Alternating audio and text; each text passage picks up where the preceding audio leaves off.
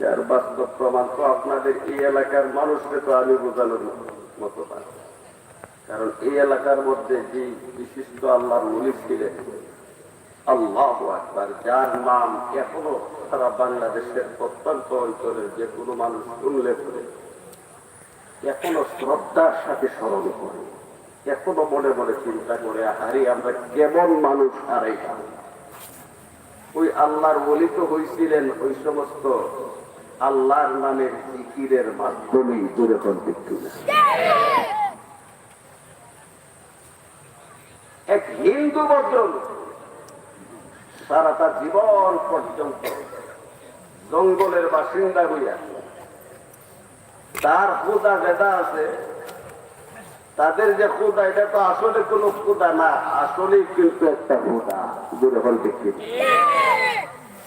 কারণ সারা জীবন ডাকলেও কোন কথা বলার, কোন সাড়া দেওয়ার, কোন সাহায্য করার ক্ষমতা, আরো যখন ক্ষমতা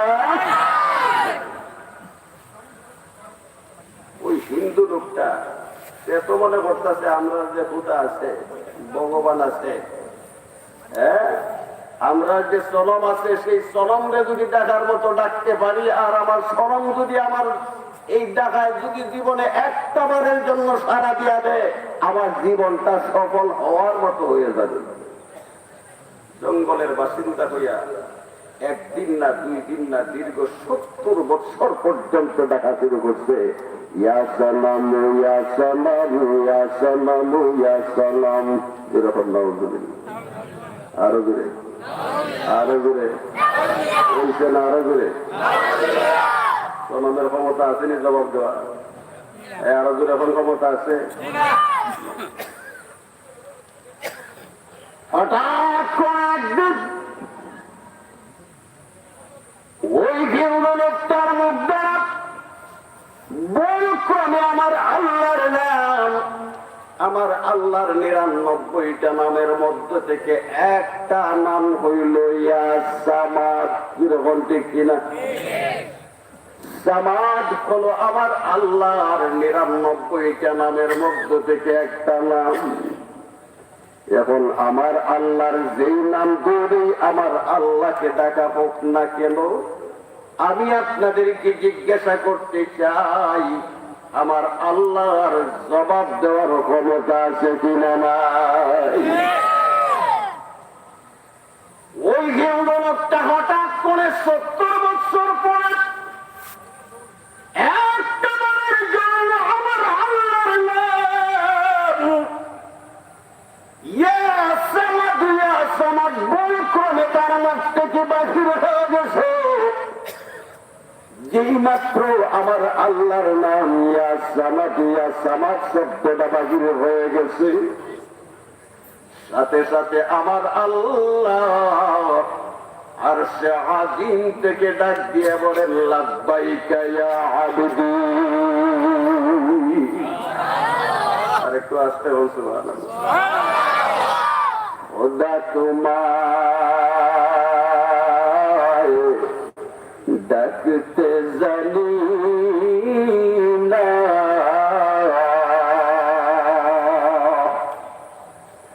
ডাকার মতো ডাকলে খোদা কেমনে শুনেন না?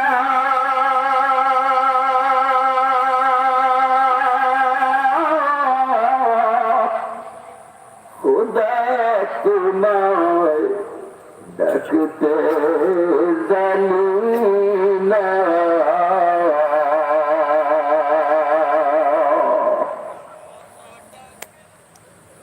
ফেরেশতারা ডাক দিয়ে বলেন, প্রভু বুঝতে পারলাম না, বুঝতে পারলাম না,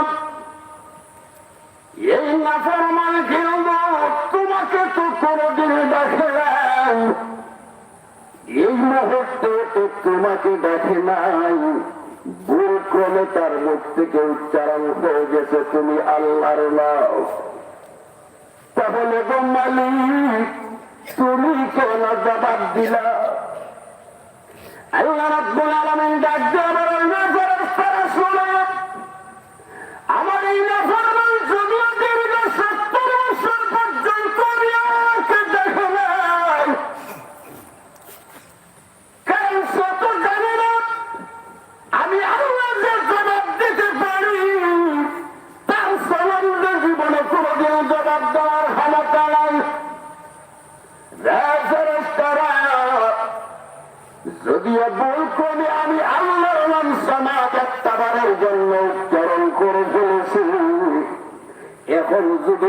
আল্লাহ যদি জবাব না দেয়নি তাহলে আমি আল্লাহ উত্তর হয়ে গেলাম তার সমানের মতো।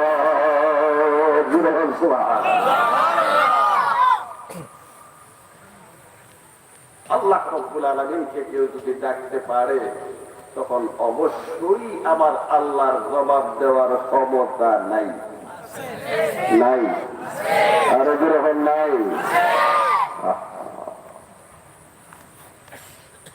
আল্লাহ রাব্বুল আলামিনের এই জিকিরের আওয়াজ যদিও আল্লাহ ওয়ালারা এই দুনিয়াতে বর্তমানে নাই, সবাই একে একে আমাদেরকে এতিম বানায় বিদায় হয়ে গেছে, কিন্তু আমাদেরকে প্রমাণ করতে হবে এই বৃহত্তর সিলেটের মুমিন মুসলমান শাহজালাল মুজাররদিয়া মনিরত্তর শহীদুল হক কিনা আমাদেরকে প্রমাণ করতে হবে এই বৃহত্তর সিলেটের মুমিন মুসলমান সাধারণ কোন ব্যক্তির উত্তর শুনিল এই বিয়ানীবাজারের এলাকার মুমিন মুসলমান বিশিষ্ট আল্লাহর ওলি ইমাম সাহেব রহমতুল্লাহি আলাইহির উত্তর শহীদুল হক কিনা কমাস কম যদি এতটুকু যদি আমাদের স্মরণ থাকে, এতটুকু যদি আমরা স্মরণ রাখতে পারি যে যদিও শাহজালাল মুজাররদিয়া মনি আমাদের মধ্যে নাই, যদিও ইমাম সাহেব রহমতুল্লাহি আলাইহি আমাদের মধ্যে বর্তমানে নাই, কিন্তু আমরা যদি মনে করি আমরা এখনো পর্যন্ত শাহজালাল মুজাররদিয়া মনির উত্তর শুনে যারা আছি, আমরা এখনো পর্যন্ত সিলেটের জমিন ছাড়ি নাই, ইমাম সাহেব রহমতুল্লাহি আলাইহির উত্তর শুনি আমরা যারা আছি, আমরা এখনো পর্যন্ত এই সিলেটের জমিন বিয়ানীবাজারের জমিন ছাড়ি নাই। যখন ঠিক কিনা এইটুকু যদি প্রমাণ যদি করতে পারি, এইটুকু যদি প্রমাণ করতে পারি, নিশ্চয়তার সাথে বলা যায় এই বাংলার প্রত্যেকটা ইঞ্চি পরিমাণ জায়গা খেলিয়ে ইহুদি এবং খ্রিস্টানের বাচ্চারা, নাস্তিক বেঈমানের বাচ্চারা যতই চক্রান্ত করুক না কেন, এই বৃহত্তর সিলেটের জমিনের একটা ইঞ্চি পরিমাণ জায়গা খেলিয়ে জিন্দেগি কেউ কোনোদিন কোন বেঈমানের বাচ্চার পক্ষে চক্রান্ত করা সম্ভব হবে না। তোরা হল কিনা? আল্লাহ রাব্বুল আলামিন যেন আপনাকে আমাকে সবাইকে এইটুকু মরণ পর্যন্ত প্রমাণ করার তৌফিক দান করে দেন। সবাই বলি আমিন। আরো একটু আসতে বলেন আমিন। আরো একবার বলেন আল্লাহুম্মা আমিন। শুধুমাত্র আমিন বললেই হবে? আমাদের মধ্য থেকে কারে কারে আল্লাহ কবুল করছেন এইটুকুও তো প্রমাণ দিতে হবে। যখন ঠিক কিনা? এখন আমরা যারা আমিন বলছি, আমাদের এই আমিনের বিনিময়ে কারে কারে আল্লাহ কবুল করছেন একটু প্রমাণ হয়ে যাক। রাজি আছেন? সবাই রাজি আছেন? আরো যখন রাজি আছেন তাহলে আগে যে আওয়াজে জিকিরের আওয়াজ দিছিলেন এর চেয়ে আরো একটু আস্তে আওয়াজ দিলে প্রমাণ হবে। আরো জোরে আস্তে না জোরে, আস্তে না জোরে। লা ইলাহা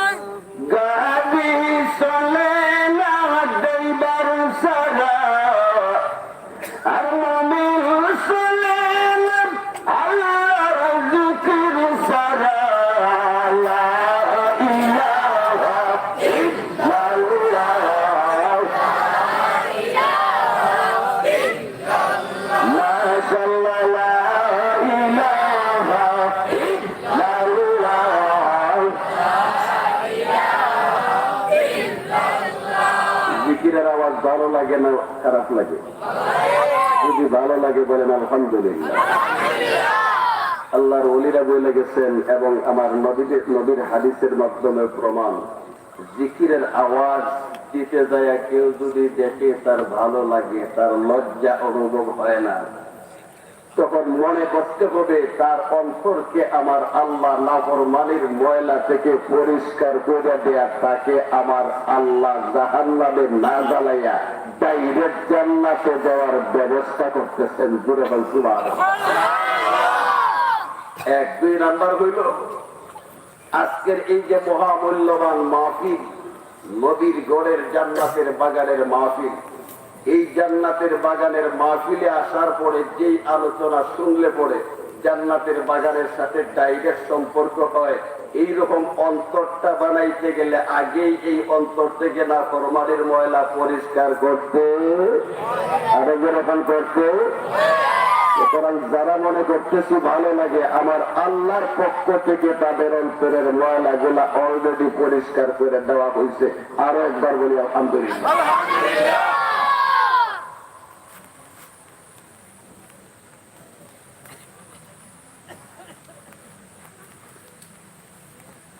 আরিফ বিল্লাহ হযরত মাওলানা হাফেজ আকবর আলী সাহেব ইমাম সাহেব রহমতুল্লাহি আলাইহি কর্তৃক প্রতিষ্ঠিত জামিয়া আশরাফিয়া ইসলামনগর মাটিজোড়া বিয়ানীবাজার সিলেটের উদ্যোগে আয়োজিত আজকের এই বার্ষিক ওয়াজ মাহফিলের অধ্যকার অধিবেশনের নেহায়েত কাবিল ইহতেরাম সেই মহান আল্লাহর ওলির বংশধর, আল্লাহর ওলিদের বংশধরও যদি কারো সামনে বেঁচে থাকে, আমার আল্লাহর কাছে এদেরও দাম আছে কিনা জানো।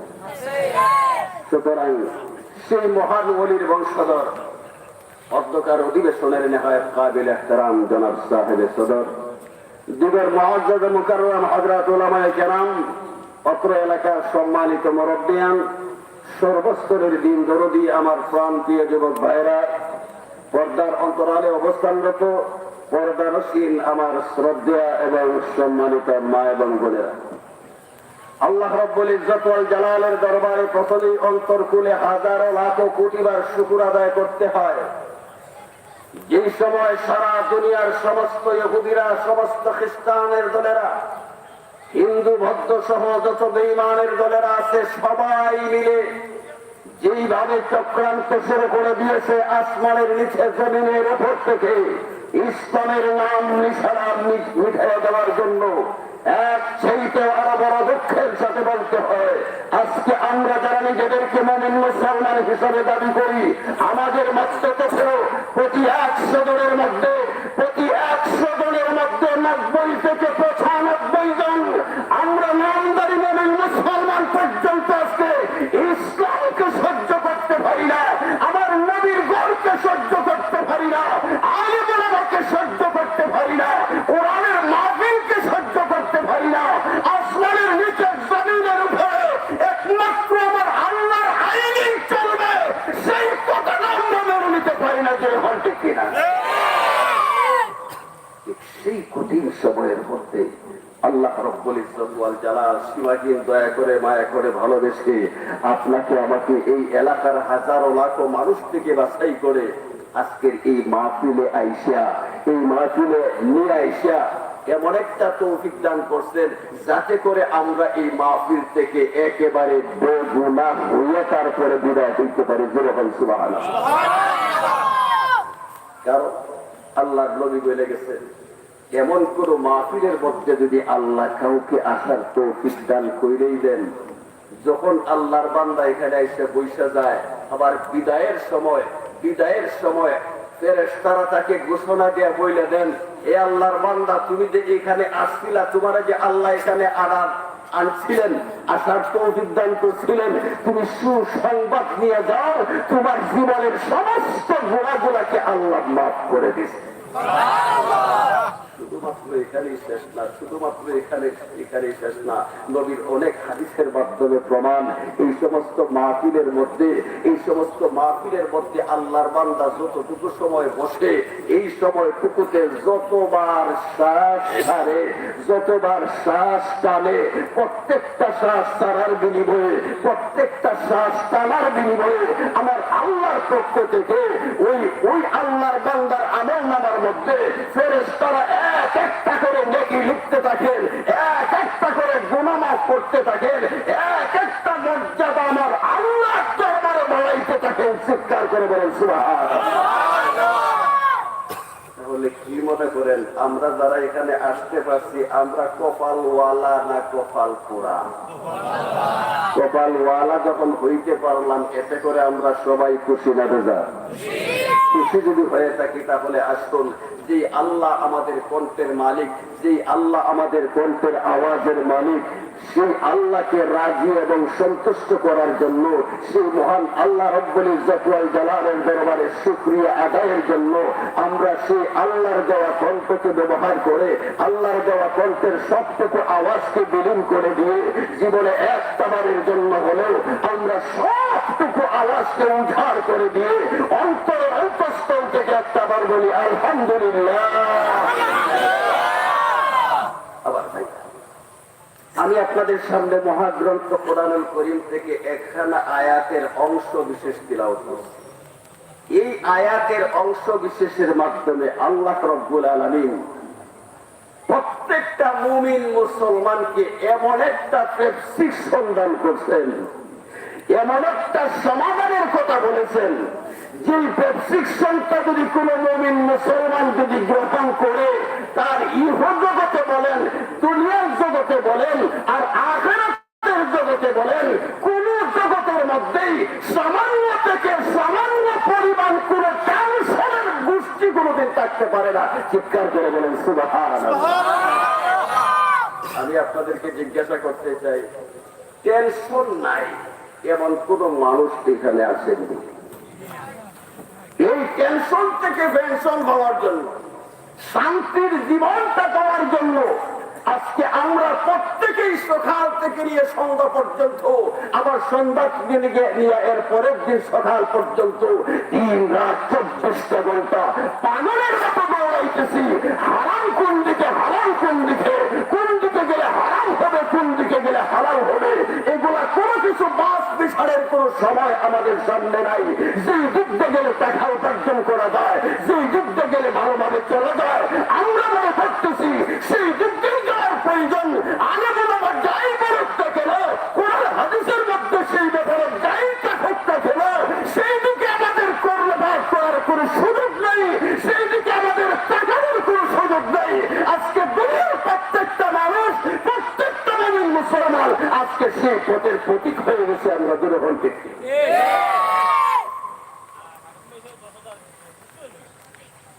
আমার ভাই, আমার বন্ধুরা, শান্তি নামক যে জিনিসটা, এই জিনিসটা যেমন আজকে আমাদের বাংলাদেশের মানুষের মধ্যে নাই, এমনিভাবে শুধুমাত্র বাংলাদেশ না, ভারত বলেন, পাকিস্তান বলেন, আফগানিস্তান বলেন, ইউরোপ, আমেরিকা বলেন, এই সারা দুনিয়ার কোথাও বর্তমানে পরিপূর্ণ শান্তি নাই। জুড়ে বলেন ঠিক কিনা? এই শান্তির জন্য আজকে সারা দুনিয়ার মধ্যে, প্রতিটা দেশের মধ্যে, প্রতিটা এলাকার মধ্যে আজকে নেতার পর নেতার পরিবর্তন ঘটানো হইতেছে, নীতির পর নীতির পরিবর্তন ঘটানো হইতেছে, আইনের পর আইন প্রণয়ন করা হইতেছে। কত দার্শনিকের মতবাদের পিছনে মানুষ দৌড়াইতেছে, কিন্তু আজ পর্যন্ত এই দুনিয়ার বুকে কোন লেখার পরিবর্তনের মাধ্যমে, কোন আইন প্রণয়নের মাধ্যমে, এমনকি কোন দার্শনিকের মতবাদের মাধ্যমে, কোন তন্ত্রমন্ত্রের মাধ্যমে এই দুনিয়ার মুখে কোন একটা রাষ্ট্রের মধ্যে, কোন একটা এলাকার মধ্যে, কোন একটা সমাজের মধ্যে, কোন একটা ফ্যামিলির মধ্যে, এবং কি কোন একটা ইঞ্চি পরিমাণ জায়গার মধ্যে শান্তি প্রতিষ্ঠিত করে দেখানো সম্ভব হয় না। ঠিক কিনা? পর্যন্ত সম্ভব হবে না যতদিন পর্যন্ত আমার আল্লাহ যে পথের প্রতীক হইলে পরে আমার আল্লাহ নির্দেশনা দান করছেন শান্তি পাওয়া যাবে, সেই পথের প্রতীক যতক্ষণ পর্যন্ত না হতে পারবো, সারা দুনিয়ার সমস্ত তন্ত্র মন্ত্রের পিছনে দৌড়াইতে পারবো, কিন্তু তারপরে মরণ পর্যন্ত শান্তির মুখ দেখা সম্ভব না করে হইতে কিনা। তাহলে এবার আসুন, আমার আল্লাহ যেই পথের প্রতীক হইলে আমরা শান্তি পাইতে পারি, যেই পথের কথা বলছেন, সেই পথটা আমাদের চিনার প্রয়োজন আছে কিনা নাই? সেই পথটা আমাদের জানার প্রয়োজন আছে কিনা নাই? আরো দূরে আওয়াজ করে বলে আছে কিনা নাই? আরো দূরে বলে আছে কিনা নাই?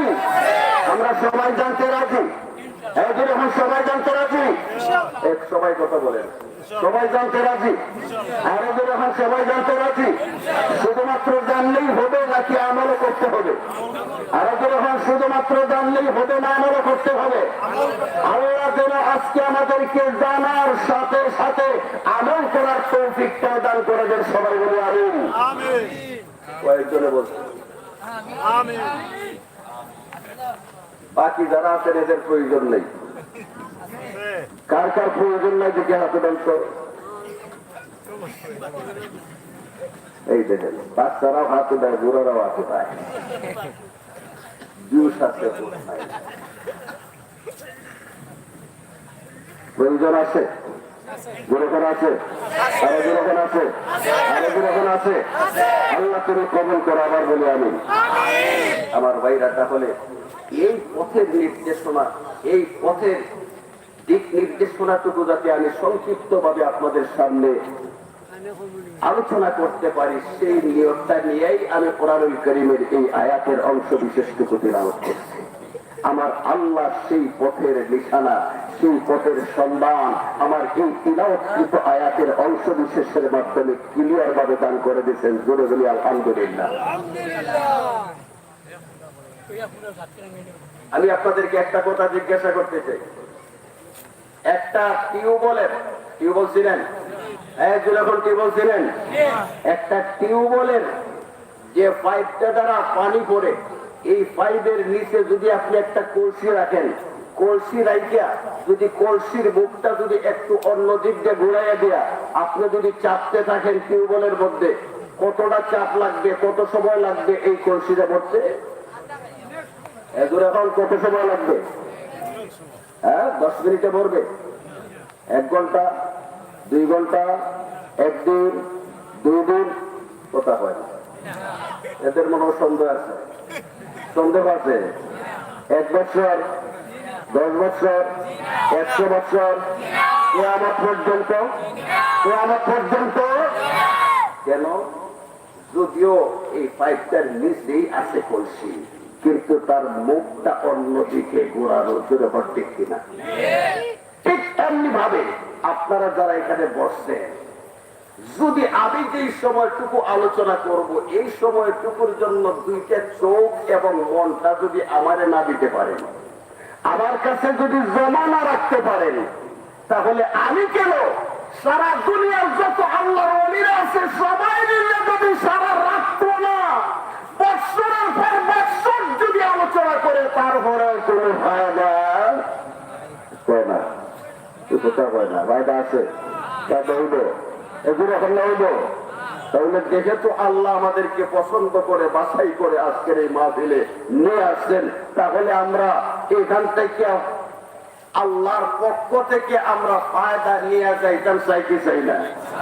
মাশাআল্লাহ, আল্লাহ কবুল করুন। যদি ফায়দা নিয়ে যাইতে চাই, তাহলে আমাকে একটা ওয়াদা দিতে হবে যে সামান্য সময় কথা বলবো, মেহেরবানি করে যারা আছেন আমার সামনে প্রত্যেকটা মানুষ এই সময়টুকুর জন্য 2টা চোখ অন্য কোনো দিক দিয়ে না দিয়া, অন্য কাউকে না দিয়া 2টা চোখ আমার দিক দিয়ে দেয়া রাখতে পারবেন? আরো যেরকম পারবেন। শুধুমাত্র চোখ দিলে হবে না, অন্তরটাও দিতে হবে। রাজি আছেন? আরো যেরকম রাজি আছেন? এখন এই ওয়াদা দেয়া যদি একটু পরে যদি ওই দিকে তাকান, একটু পরে যদি ওই দিকে তাকান, তখন কি মনে করেন ওয়াদা কি ঠিক রইল? ঠিক থাকবো ওয়াদা? তাহলে আমরা যারা এই ওয়াদাটা দিলাম, এই যে কিছুটা সময় আমি আলোচনা করব, এই কিছু সময়ের জন্য ওয়াদাটা ঠিক থাকবে তো? আরো যেরকম তার ঠিক থাকবে? আল্লাহ তুমি কবুল করে সবাই বলি আমি। আমার ভাইরা এবার আসছেন, আল্লাহ রাব্বুল আলামিন মুমিন মুসলমানদেরকে বলতেছেন ডাক দিয়া, ইয়া আইয়ুহাল্লাযীনা আমানু। সুবহানাল্লাহ। ইহুদিদেরকে আমার আল্লাহ বলেন নাই, কোন খ্রিস্টানদেরকে উদ্দেশ্য করে আমার আল্লাহ বলেন নাই, কোন হিন্দু বৌদ্ধদেরকে বলেন নাই, কোন নাস্তিক বেঈমানদেরকে উদ্দেশ্য করে বলেন নাই। আমার আল্লাহ বলতেছেন ইয়া আইয়ুহাল্লাযীনা আমানু, ও ঈমানদারের দল, যারা নাকি ঈমান গ্রহণ করেছে, যারা জানো যে আমি আল্লাহ এক, যারা জানো যে আমি আল্লাহ তোমাদেরকে সৃষ্টি করেছি, আমি আল্লাহ ছাড়া কেউ সৃষ্টি করে নাই, এই আসমানের মালিক আমি আল্লাহ, এই জমিনের মালিক আমি আল্লাহ। তোমার যে 3.5 হাত বডি, এই 3.5 হাত বডির মালিককে আর জোরে হন কি, আর জোরে আওয়াজ করে বলেন কি? আমার ভাইরা, আমার বন্ধুরা, আমরা যে শ্বাস গুলা ছাড়ি, ওই শ্বাস প্রশ্বাস গুলার মালিক কে? তাফসীরের কিতাবে আছে, আমরা যে শ্বাসটা ছাড়ি, ওই শ্বাসটা আমাদের ভিতর থেকে বাহির হওয়ার আগে আল্লাহর দরবারে ফরিয়াদ জানায়, মালিক তোমার বান্দা আমাকে ছাড়তে চায়, তুমি আল্লাহ যদি অনুমতি দাও তাহলে তোমার বান্দার ভিতর থেকে আমি বাহির হইতে পারি, তুমি আল্লাহ যদি অনুমতি না দাও তাহলে আমি হাজার চেষ্টা করলো আর আমি বাহির হব না।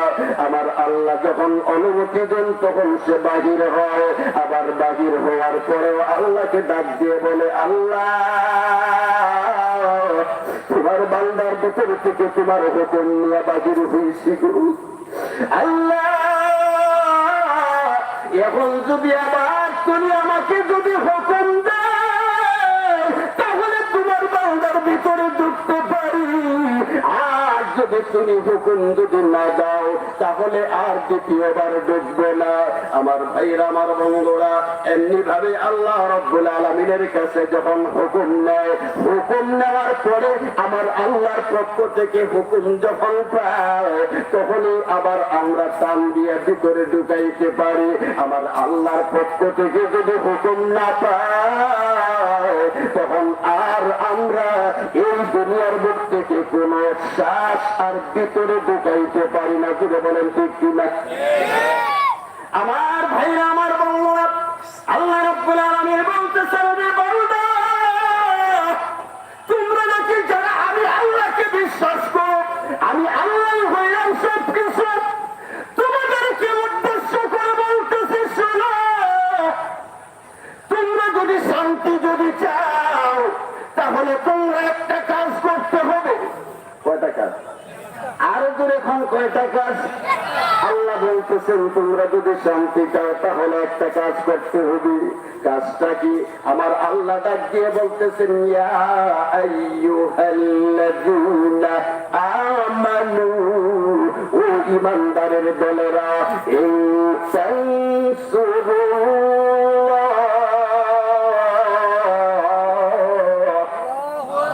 আল্লাহ রাব্বুল আলামিন বলতেছে একটা মাত্র কাজ যদি তোমরা করতে পারো, আল্লাহর পক্ষ থেকে তোমাদেরকে সাহায্য করা হবে। চিৎকার করে বলে সুবহানাল্লাহ।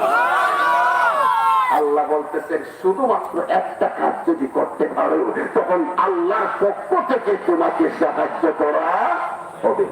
তাহলে আল্লাহ যদি কাউকে সাহায্য করেন, কি মনে করেন এই ব্যক্তির জীবনে কোনো টেনশন থাকতে পারে? আর দুরকম থাকতে পারে?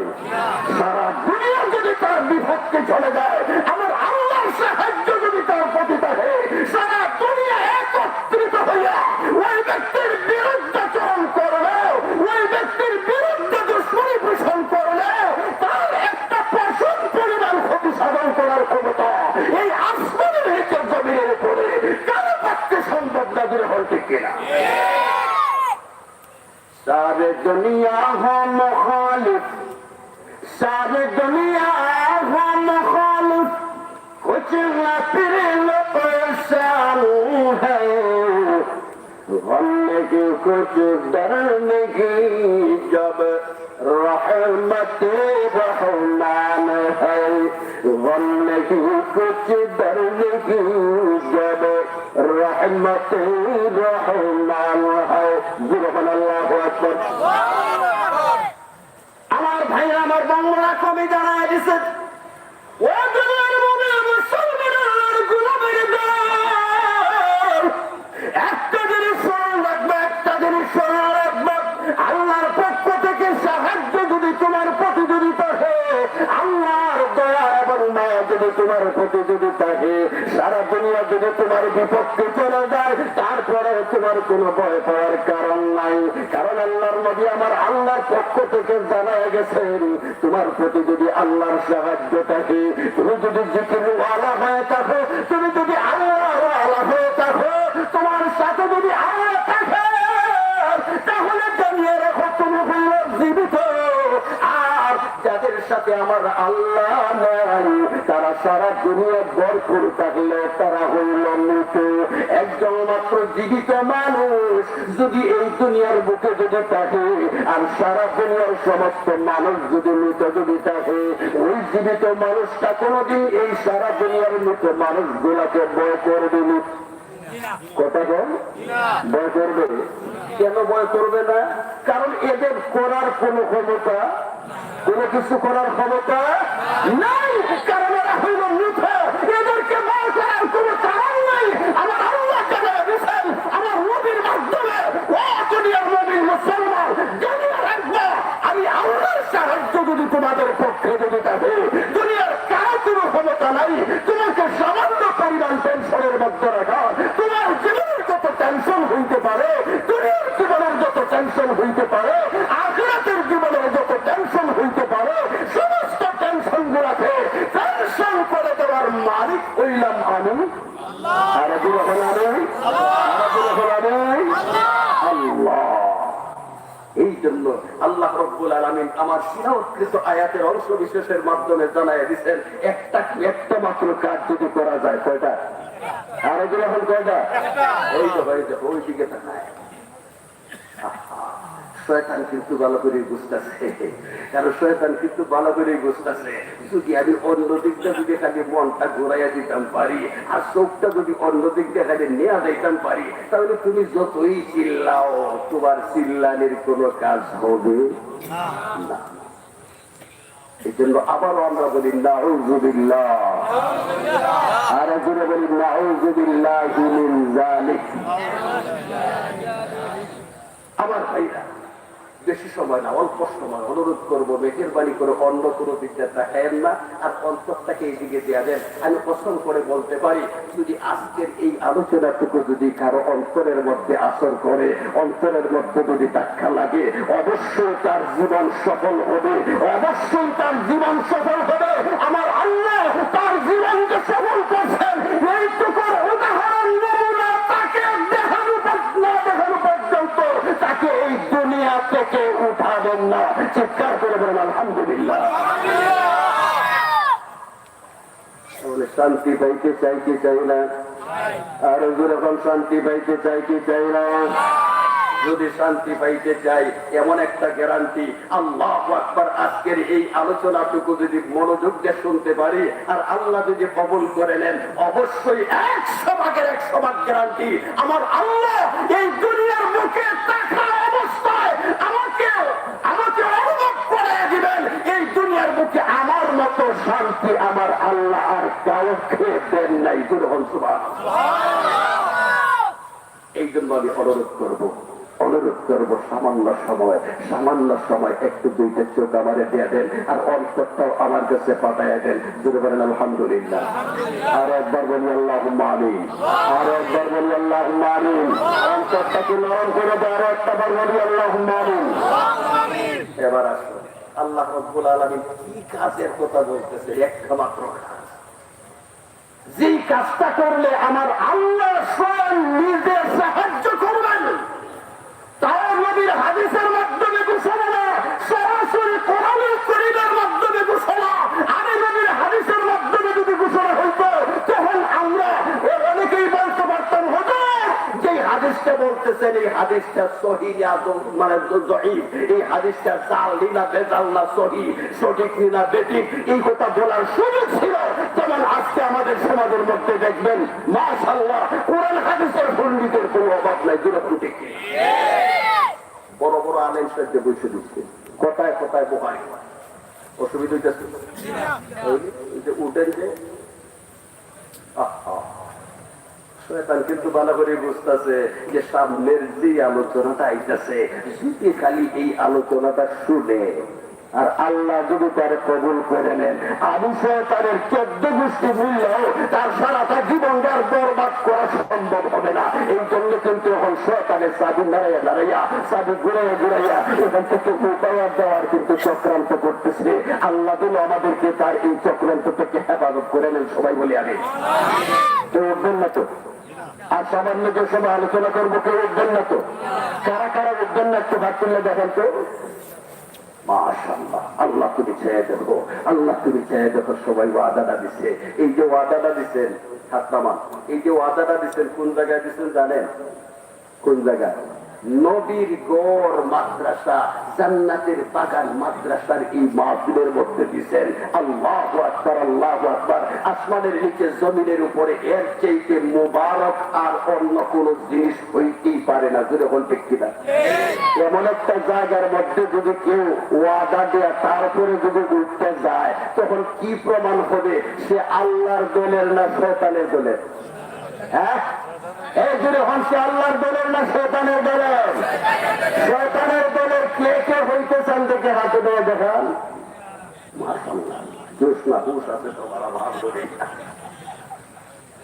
কেউ যদি এখন উঠেন, বাকি সামান্য সময় যে আলোচনা করবো, এখন যদি খালি কেউ উঠেন তাহলে আমরা কেউ কিছু বলবো না, শুধুমাত্র চাইয়া চাইয়া দেখবো যে আপনি যে আসলে আল্লাহর দলের না, আপনি যে শয়তানের দলের। ঠিক কিনা? কেউ কিছু বলবো না, শুধুমাত্র এতটুকু আমরা দেখবো চাইয়া। আল্লাহ যেন আমাদেরকে এইরকম মানুষ এখানে যেন না দেখায়। আরো একবার বলি আল্লাহ আমিন। আমার ভাইরা, আমার বোনেরা, আল্লাহ রাব্বুল আলামিন শুধুমাত্র একটা কাজের কথা বলেছেন। একটা মাত্র কাজ যদি কোন আল্লাহর বান্দা ইমানদার যদি করতে পারে, কোন আল্লাহর বান্দা ইমানদার যদি করতে পারে, ওই ইমানদার বান্দাকে আমার আল্লাহ নিজে সাহায্য করবেন। আর আমার আল্লাহ যাকে সাহায্য করবেন, দুনিয়ার জীবনে বলেন আর আখিরাতের জীবনে বলেন, কোনো টেনশন নাই, কোনো টেনশন নাই। আজকে আমরা অভাব মোচনের জন্য কত পেরেশানি করি, আল্লাহ যদি সাহায্য করেন তাহলে মনে হয় অভাব থাকবে, যেরকম থাকবে, কোন অভাব থাকতে পারে না, কোন পেরেশানি থাকতে পারে না। বিমার দেয় মনে হয় দুনিয়ার কোন মানুষ বিমার নেওয়া লাগে, আরো যেরকম বিমার নেওয়া লাগে, বিমার থেকে শিফা দান করে লাগে, আরো জোরে আওয়াজ করে বলেন কি? আবার আল্লাহর পক্ষ থেকে যদি শিফার ফয়সালা যদি না হয়, এই দুনিয়ার সমস্ত ডাক্তার এবং মহিলা যদি তার বিমারকে সেবা করতে চায়, আমি আপনাদেরকে জিজ্ঞাসা করতে চাই, এই দুনিয়ার সমস্ত ডাক্তার মিলিয়া সেবা করা সম্ভব নেই? আরো যেরকম সম্ভব নেই। আর আমার আল্লাহর পক্ষ থেকে যদি সেবার ফয়সালা হয়ে যায়, এই দুনিয়ার কোন ডাক্তারের কোন প্রয়োজন আছে না। আরো যেরকম প্রয়োজন আসেনি। আবারও আজকে তো আমরা এমন কপাল খোলা হয়ে গেছি, সামান্য একটু মুসিবত থেকে রক্ষা পাওয়ার জন্য মানুষের দৌড়ে দৌড়ে ঘুরাই, যেদিকে একটু সেই দিকে দৌড়াই। অথচ আমার নবী বলে গেছেন, এমন একটা সময় আমার আল্লাহ দান করছেন, শেষ রাত্রিতে এমন একটা সময় দান করছেন, এই সময়টাতে যদি কেউ যদি উঠে, এই সময়টাতে কেউ যদি উঠে আমার আল্লাহর কাছে যদি বইলে দিতে পারে, আমি গুনাহগার, তুমি গফফার। আল্লাহ, আমি গুনাহ করতে করতে আমি আমার জীবনটাকে ধ্বংস করে দিয়েছি। আল্লাহ, আমি যতই গুনাহ করি না কেন, তুমি মাওলার দরবারে, তুমি রহিমের দরবারে, তুমি রহমানের দরবারে তো আমার গুনাহ কিছুই না। আল্লাহ গো, প্রতিজ্ঞা করলাম আর জীবনে কোনোদিন গুনাহ করব না। এই কথা মনোভাব নিয়ে যদি শুধুমাত্র কান্নার ভাব যদি ধরতে পারে, কাউকে হবে না। আমার নবী বলেন, কান্নার শুধুমাত্র ভাবটুকু যদি আমার আল্লাহকে যদি দেখাইতে পারে, আমার আল্লাহ সাথে সাথে তার জীবনের সমস্ত পেরেশানিকে দূর করতে দেরি হয় না।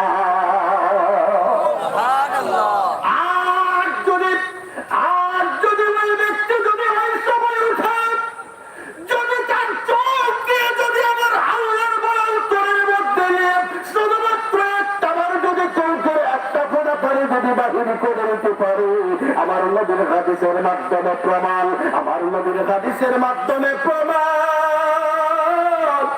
আমার নবী বলেন আমার আল্লাহ আর সে আসিমের যে কোটিগুলো আছে, ওই সমস্ত কোটিগুলো থর করে কাঁপতে থাকে, চিৎকার দিয়ে বলেন সুবহানাল্লাহ।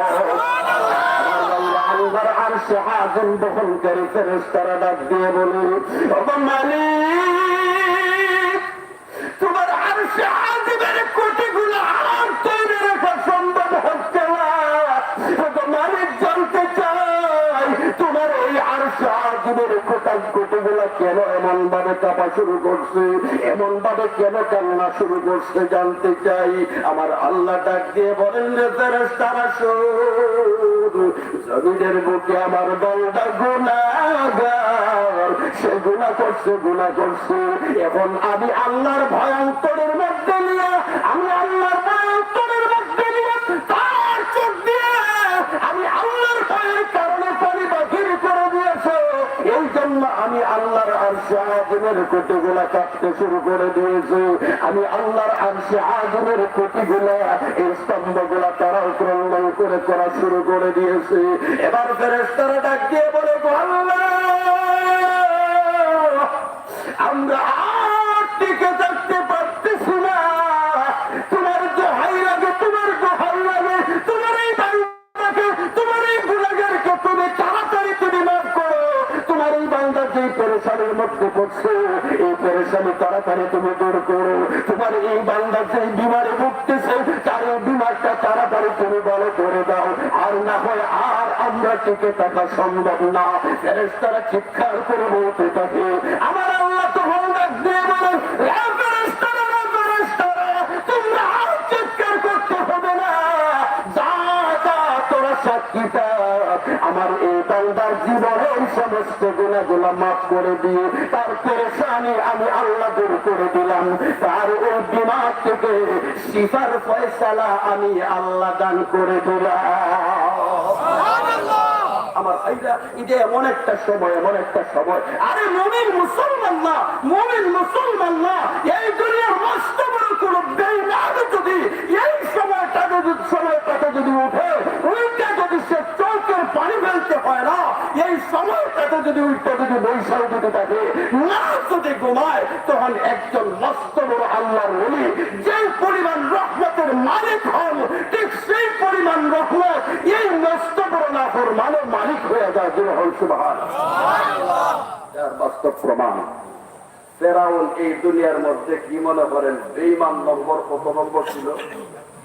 হ্যাঁ, কয় নম্বর? কথা কয় না সবাই, কয় নম্বর? না সন্দেহ আছে?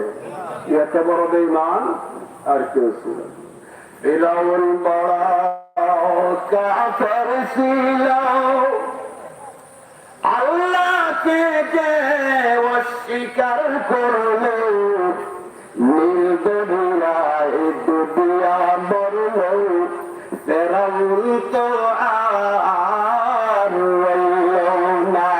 যেরকম ঠিক কিনা? এই ফেরাউন শত শত বছর পর্যন্ত সারাজত্ব পরিচালনা করছে, এক একমাত্র একটা কারণ, সেই কারণটা হলো আমি আমার আল্লাহর পক্ষ থেকে সাহায্য পাইয়া, আমার আল্লাহর পক্ষ থেকে রহমতের মালিক হইয়া। বলতে পারেন এত বড় বেঈমান হওয়ার পরে কেমনে আল্লাহর পক্ষ থেকে রহমত পাইল? একদিন মুসা আলাইহিস সালাতু ওয়াস সালাম, মুসা আলাইহিস সালাতু ওয়াস সালামের নাম শুনছেন নি আপনারা? খুব নরম, খুব নরম, খুব নরম না সীমাহীন গরম? এই সীমাহীন গরম না খুব নরম? সীমাহীন গরম। কেমন গরম ছিলেন? আল্লাহু আকবার। মুসা আলাইহিস সালাতু ওয়াস সালাম তিনি যখন রাগান্বিত হইতেন, তখন এক রাওয়ায়াতে পাওয়া যায় যে ওনার শরীরের পশমগুলা এমন ভাবে শক্ত হইয়া দাঁড়াইয়া থাকতো যে শরীরের কাপড় গুলা ছিদ্র করে বাতিল হয়ে যেত। সুবহানাল্লাহ। আরেক রাওয়ায়াতের মাধ্যমে পাওয়া যায় যে মুসা আলাইহিস সালাতু ওয়াস সালাম যখন সীমাহীন রাগান্বিত হইতেন, তখন ওনার শরীরের কাপড়ের মধ্যে আগুন জ্বলে যেত। আরো সুবহানাল্লাহ। সেই মুসা আলাইহিস সালাতু ওয়াস সালাম, আল্লাহু আকবার, আল্লাহ রাব্বুল আলামিনকে একদিন তাকিয়ে জিজ্ঞাসা করেন, একটা জিনিস জানতে চাই, আমি নবী, আমি মুসা তোমার বন্ধু কিনা, আমি তোমার নবী কিনা? আল্লাহ রাব্বুল আলামিন জানায় দিলেন, হারে মুসা তুমি আমার নবী। ফিরাউন তোমার দুশমন কিনা? এ বেঈমান নরবরওয়ান কিনা? আল্লাহ জানায় দিলেন, হারে মুসা ফিরাউনের মতো বড় বেঈমান আর নাই, ফিরাউনের মতো এত বড় অকৃতজ্ঞ আর নাই, এ সবচেয়ে বড় বেঈমান, কোনো সন্দেহ নাই। মুসা আলাইহিস সালাতু ওয়াস সালাম এবার ডাক দিয়ে বলেন, মালিক আমি যদি তোমার নবী হই তাহলে সমস্ত নবীরা তো তোমার বন্ধু, কোনো সন্দেহ নাই। আর ফিরাউন যদি কাফের হয়, সমস্ত কাফেররা হলে তোমার দুশমন, সন্দেহ নাই। আল্লাহ বলেন, হ্যাঁ মুসা কি হইছে বলো। এবার মুসা আলাইহিস সালাতু ওয়াস সালাম বলেন, তাহলে আমি জানতে চাই, আমি যদি তোমার সত্যিকার বন্ধু হয়ে থাকি, তোমার দুশমনের সামনে গেলে তোমার দুশমন তো এমনিতেই শেষ হয়ে যাওয়ার কথা, কিন্তু আমি যখন তোমার দুশমন ফিরাউনের সামনে যখন যাই, যাওয়ার পরে আমি কেন দেখি ফিরাউন যেমন আমি তোমার নবী মুসা কোনো দোষ কম নাই, কোনো দোষ কম নাই, কারো কোনো ধরা যায় নাই, সে যেমন আমিও তেমন। এটার কারণ কি? আল্লাহ রাব্বুল আলামিন তখন জানায় দিলেন, নবী মুসা শোনো, ফিরাউন এবং তুমি সমানে সমানে হও কয়েকটা কারণে, এর মধ্য থেকে সবচেয়ে বড় কারণ হলো প্রতিদিন তুমি নবী মুসা আমি আল্লাহর পক্ষ থেকে যেই পরিমাণ রহমতের মালিক হও, ওই ফিরাউন আমার দুশমন হওয়ার পরেও সেও কিন্তু সমানে সমানে আমি আল্লাহর পক্ষ থেকে রহমতের মালিক হয়ে যায়। যেহেতু রহমতের মালিক উভয় সমান সমান হয়ে যায়, এই জন্য একজনের সামনে আরেকজন গেলে কারো কোনো ক্ষতি সাধন হয় না। মুসা আলাইহিস সালাতু ওয়াস সালাম জানতে চাইলেন, আল্লাহ গো, এ তোমার এত বড় দুশমন হওয়ার পরে সেও আমার সমান কেমনে রহমতের মালিক হয়? আল্লাহ রাব্বুল আলামিন জানায়া দিলেন, নবী মুসা শোনো, শেষ রাত্রিতে যখন আমি দুনিয়ার প্রত্যেকটা মানুষের জন্য সমানে সমানে রহমতের ভান্ডার নিয়ে আমি যখন সবাইকে যায় ডাকতে থাকি, ওই সময় যারা জাগ্রত হয়ে উঠে আমি তাকে আমি আমার ওই রহমতের মালিক বানায়া দেই। আমার ওলি, আমার বন্ধু উঠলে সেও তার বন্টন পাওয়া যায়। আমার কোন দুশমন যদি ওই সময় আমাদের ঘুমকে হারাম করে দিয়ে আমি মাওলার দরবারে যদি বসে থাকে, আমি আল্লাহ তাকেও আমি খালি ঘুরাইয়া দেই না, তার বন্টনটা সমানে সমানে তার কাছে দিয়ে দেয়। আমার ভাইরা, আমার বন্ধুরা, ফিরাউন কিন্তু তার জীবনের প্রত্যেকটা রাত সারা দুনিয়ার মানুষ যখন ঘুমাইতো, এই সময় সে না ঘুমাইয়া পাহাড়ের গুহার মধ্যে যাইয়া সে আল্লাহর দরবারে ফরিয়াদ জানাইতো, আল্লাহ আমি জানি তুমি একমাত্র রহমান, তুমি একমাত্র বাদশা, তুমি ছাড়া আর কেউ নাই, তুমি একমাত্র মালিক, তুমি একমাত্র খোদা। আর আমি যে খোদা দাবি করছি আসলে আমি কোনো কিছুই না, আমি আস্থা মারা একটা খোদা। তোমার পক্ষ থেকে যদি আমি রহমতের মালিক না হই, তোমার পক্ষ থেকে যদি সাহায্য না চাই, আমি একটা মুহূর্তের জন্য আমার খোদাই টিকায় রাখা সম্ভব নয়। আমার ভাইরা এমনিভাবে কান্নাকাটি করত। আমার ভাইরা এই সংবাদটা যখন আমার আল্লাহ মুসা আলাইহিস সালাতু ওয়াস সালামকে দিয়ে দিলেন, এবার নবী মুসা আলাইহিস সালাতু ওয়াস সালাম পরের দিনে ঘুম থেকে জাগ্রত হইয়া ওই ফিরআউনের প্রধানমন্ত্রী হেমানের কাছে চলে গেলেন। ফিরআউনের প্রধানমন্ত্রীর নাম কি ছিল? আরে দুরহমান হামান। কি ছিল? এই যে আমাদের সমাজের ভাষায় একটা গালি দেয় না, মারাত্মক দুষ্টামি করলে তখন কয়েক তুই এক আস্তাবার একটা হেমান। দুরহমান ঠিক কিনা? ওই হামান থেকে আসছে হেমান। আমার ভাইরা, এই হেমানের কাছে যাওয়ার পরে নবী মুসা আলাইহিস সালাতু ওয়াস সালাম বললেন, হামান, কাকে তোমরা খোদা বানাইলে? এই দুনিয়ার বুকে প্রত্যেকটা মানুষ যখন আরামের বিছানায় যায়, আরামের ঘুম যখন ঘুমায়, তোদের খোদাই সময় ঘুমায় না, তোদের খোদাই সময় আরামের ঘুমকে হারাম করে দিয়ে কার দরবারে কান্নাকাটি করে আমি জানতে চাই। হামান, যে আরামের ঘুমকে হারাম করে দিয়ে আরো একজনের কাছে কান্নাকাটি করে রে, এই ব্যক্তি কোনদিন খোদা হইতে পারে না। যার কাছে কান্নাকাটি করে সেই হইল আসল খোদা। আমার ভাইরা, এই ঘোষণা যখন আমারে শুনছে, শোনার পরেই যায় ফেরাউনরে কইছে বলে, তো ফেরাউন উপায় নাই, উপায় নাই। মুসা কিন্তু তোমার অবস্থা জানতে পারছে, সুতরাং মুসা যে জানতে পারছে, সাবধান, আগামী রাত্র থেকে আর তুমি আরামের ঘুমরে হারাম হইলে আরেকজনের দরবারে যায় বসে তাইতো না। যদি খালি মুসায় প্রচার করে আর মানুষ জানতে পারে, তখন কিন্তু আর তোমাকে খোদা মানবে না, কারণ তোমাকে বলবে তুমি আস্থা মারা একটা খোদা। যখন দেখে যেই খালি এই শেষ রাত্রির সময়টা ছাইরা দিছে, এমনি সাথে সাথে তার কপালের মধ্যে নীল দরিয়ার পানির মধ্যে সুবানি ছাড়া আর কিছু আস নাই। যখন দেখি না আমার ভাইরা, আমার বন্ধুরা, যাই হোক, কথা ছিল আমার ওই জায়গার মধ্যে আল্লাহ রাব্বুল আলামিন বলতেছে ঈমানদারদেরকে লক্ষ্য করে, ওই ঈমানদাররা একটা মাত্র কাজ যদি করতে পারো তোমরা, তখন আমি আল্লাহর পক্ষ থেকে সরাসরি তোমাদেরকে সাহায্য করা হবে। জুড়ে আওয়াজ দিয়ে বলেন সুবহানাল্লাহ। রেডি আছেন তো সবাই? কাজটা কি? এই কাজটা শোনার জন্য রেডি আছেন তো সবাই? আল্লাহ তুমি কবুল করো, সবাই বলে আমিন।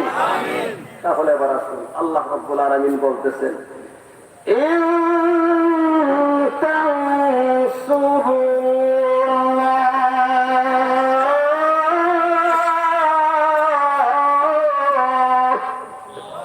আল্লাহ রাব্বুল আলামিন বলতেছে, তোমরা যদি আল্লাহকে সাহায্য করতে পারো। কাকে?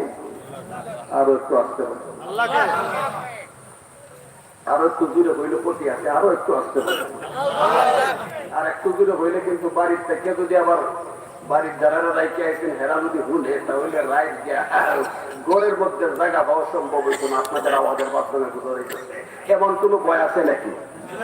তাহলে আরো একটু দূরে হন। কাকে সাহায্য করলে? আল্লাহকে সাহায্য।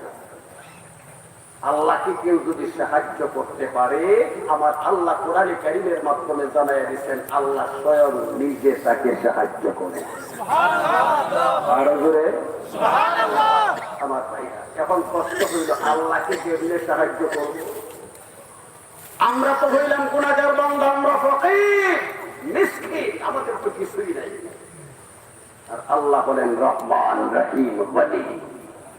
সুতরাং আল্লাহকে কেমনে আবার সাহায্য করা যায়, আল্লাহকে কেমনে সাহায্য করা যায়, ছোট্ট দুইটা উদাহরণ দিলে ক্লিয়ার হয়ে যাবে আমার ভাইরা, আমার বন্ধুরা। আল্লাহকে সাহায্য করার সবচেয়ে বড় পথ হইল আল্লাহর বন্ধুকে সাহায্য করা। আল্লাহকে যদি আমরা দেখি না, আল্লাহকে যদি আমরা পাওয়া সম্ভব না, কিন্তু আল্লাহ আল্লাহর বন্ধুকে এই দুনিয়াতে পাঠাইছিলেন কি পাঠাইছিলেন? পাঠাইছিলেন না?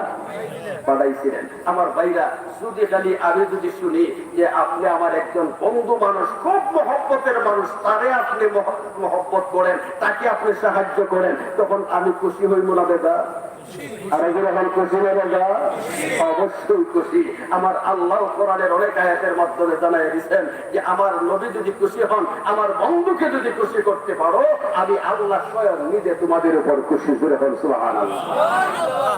আমি শুধু খুশি না, আমি আল্লাহ স্বয়ং নিজে তোমাদেরকে মহব্বত করতে শুরু করে দিই। আমার ভাইরা, তাহলে এবার আসুন আল্লাহর বন্ধুকে আমরা কেমনে মহব্বত করতে পারি। আমার ভাইরা, আমার বন্ধুরা,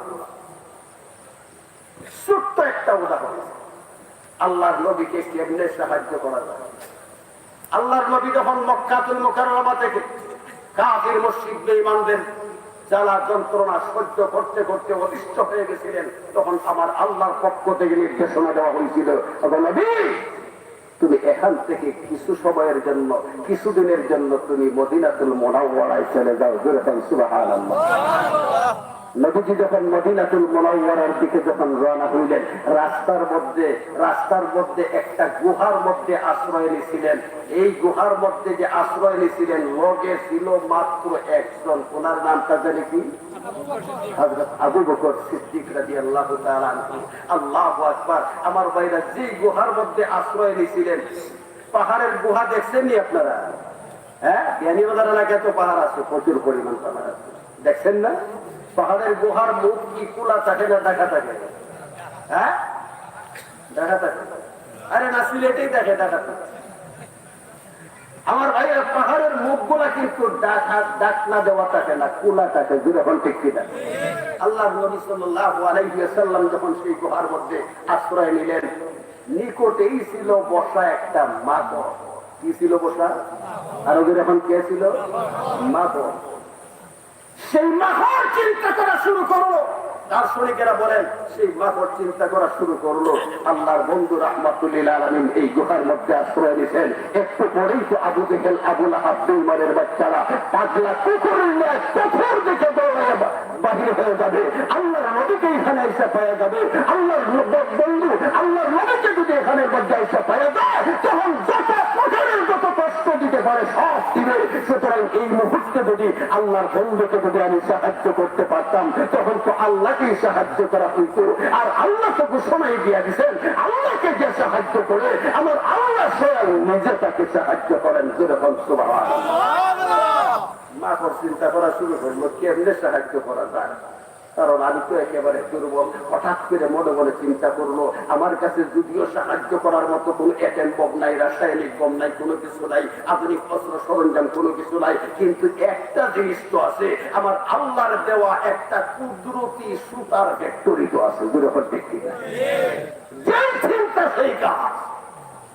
এই কুদরতি সুতার ফ্যাক্টরির মুখটা তখন খুলে দিছে, মুহূর্তের ভিতরে গুহার মুখটাকে এমন ভাবে বাধা বাঁধছে, এমন ভাবে পেছাতে চাইছে।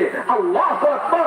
এই মুহূর্তে যদি কোনো কাফের মুশরিক বেঈমান যত বড় জ্ঞানী হোক না কেন, দূর থেকে যখন দেখবে এই গুহার মুখটা এমন ভাবে মাথরের জালের মাধ্যমে বেষ্টন করা, তখন এই গুহার ভিতরে কেউ আছে কিনা নাই এটা দেখার জন্য একটা কদম আর সামনের দিকে মারবে না, দূরে কি বিদায় হয়ে যাবে। দূরে হল সুবহানাল্লাহ। ওইসে নি সাহায্য, আরো দূরে হল ওইসে নি। আল্লাহ রাব্বুল আলামিনের সাথে সাথে খুশি হইয়া ওই মাকড়ের ব্যাপারে সাহায্যের প্রতিশ্রুতি দান করে দিলেন। এই সাহায্যের ওয়াদা, তোমার এই সাহায্যের ঘোষণা দান করে দিলেন। তুমি যেহেতু আমার বন্ধুকে সাহায্য করেছ, তাহলে জানিয়ে রাখো রে মাকড়, দুনিয়ার সমস্ত মাখলুকাত, শুধুমাত্র মানুষ না, প্রত্যেকটা মাখলুক সকাল থেকে নিয়ে সন্ধ্যা পর্যন্ত পেরেশানি করে তার দেহের জন্য দুর্বল ঠিক কিনা। আবার এই এলাকার অধিকাংশ মানুষ লন্ডন, আমেরিকা থাকে। এই যে হাজার হাজার মাইল দূরে নিজের মাকে চাইরা, বাবাকে চাইরা, আত্মীয় স্বজন, প্রতিবেশী, বন্ধু বান্ধবকে চাইরা হাজার হাজার মাইল দূরে পড়ে থাকে। কেন তার উদ্দেশ্য, তার পিছনে কারণ কি? একটাই কারণ, যে হৃদয়ের তালা জুড়ে হানতে কিনা। আমার আল্লাহ জানিয়ে দিলেন দুনিয়ার প্রত্যেকটা মাখলুক তার এই পেরেশানি দূর করার জন্য 24 ঘন্টা পাগলের মতো ঘোরায়। রে মাখন জানিয়ে যেহেতু আমি আল্লাহকে সাহায্য করেছ, আমার বন্ধুকে সাহায্য করার মাধ্যমে আমি আজকে থেকে তোর রিজেকের টেনশন শুধুমাত্র তোর জন্য না, তোর ভবিষ্যৎ প্রজন্ম সহ এই দুনিয়ার বুকে আমি দূর করে দিলাম। আল্লাহ রাব্বুল আলামিন জানায় দিলেন রে মাখন, যেই জালটা দ্বারা আমার বন্ধুকে তুই সাহায্য করলি রে, এই জালটা তুই যে কোনো জায়গার মধ্যে বুনাইয়া এই জালটার মাঝখানের মধ্যে একটা সিংহাসন তুই বানাইবে। ওই সিংহাসনের মধ্যে রাজা বাদশার মতো তুই বসে থাকবি, ওই রাজা বাদশার মতো বসে থাকবি। আমি আল্লাহ তোর বিভিন্ন প্রকারের রুচি সম্মত খাবার গুলা তোর সিংহাসনের মধ্যে আমি আল্লাহর পক্ষ থেকে পৌঁছায়া দেব।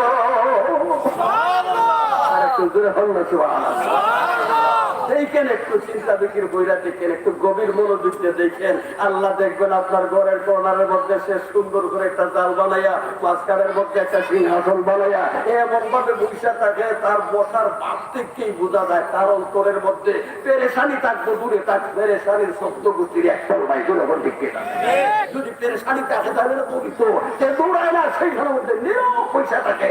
এর মাধ্যমে বোঝায় মানে তোরা গোসল করেছ, আমার পেরেশানি নাই, আমার নিজেদের কোনো টেনশন নাই। সুতরাং আমি তোমাকে বিশ্বাস করলাম, আমি আমার সিংহাসনের মধ্যে বসে রইলাম। আমার ভাইরা, আমার বন্ধুরা, আল্লাহ রাব্বুল আলামিন যখন তার সিংহাসনের মধ্যে খাদ্য পৌঁছাইয়া দেন, বাহর কিন্তু সে গবেষণা কইরা দেখে, ঘোরাফেরা কইরা দেখে এটার চতুর্দিকে তার 100 ভাগের 100 ভাগ রুচি সম্মত আছে কিনা নাই। যদি দেখে তার পরিপূর্ণ সম্মত না, তখন দেখবেন তার ওই জালটা দ্বারা পেছাইয়া এটাকে ডিলেট করে দিয়ে আল্লাহকে জানায়া দেয়, তুমি নামাজটা করেছো, আমার 100 ভাগের 100 ভাগ রুচি সম্মত খাবার আমার কাছে পৌঁছাইয়া দিবা। ও আল্লাহ, যেটা পৌঁছাইছি তো আমার পরিপূর্ণ রুচি সম্মত না, এইটা আমি ডিলেট করে দিলাম, খাইলাম না। সুবহানাল্লাহ। আবার পক্ষ থেকে যখন 100 ভাগের 100 ভাগ রুচি সম্মত খাবার পৌঁছায় দেওয়া হয়, এটা সে পরীক্ষা নিরীক্ষা করে তারপরে তোর সিংহাসনের মধ্যে নিয়ে আল্লাহু আকবার এমন ভাবে খায় যে খাওয়ার মাধ্যমে দুনিয়ার মানুষকে বোঝায়া যায়, ও দুনিয়ার মানুষ, তোমরা খাইতে গেলে কত কষ্ট হয়, কিন্তু তারা দেখো আমার আল্লাহ আমার কাছে যে খাবার পৌঁছায়া দিয়েছেন, এই খাবার খাইতে আমার কোনো কষ্ট নাই। তোমরা চেয়ে চেয়ে দেখো, আমি এই খাবারটা সামনে নিয়ে মুখ দিয়ে বসে রয়েছি, কিন্তু আমার মতো এত আরামদায়ক খাবারের খাবার, এত আরামদায়ক খাবার কোন মাখলুককে আমার আল্লাহ দেন না।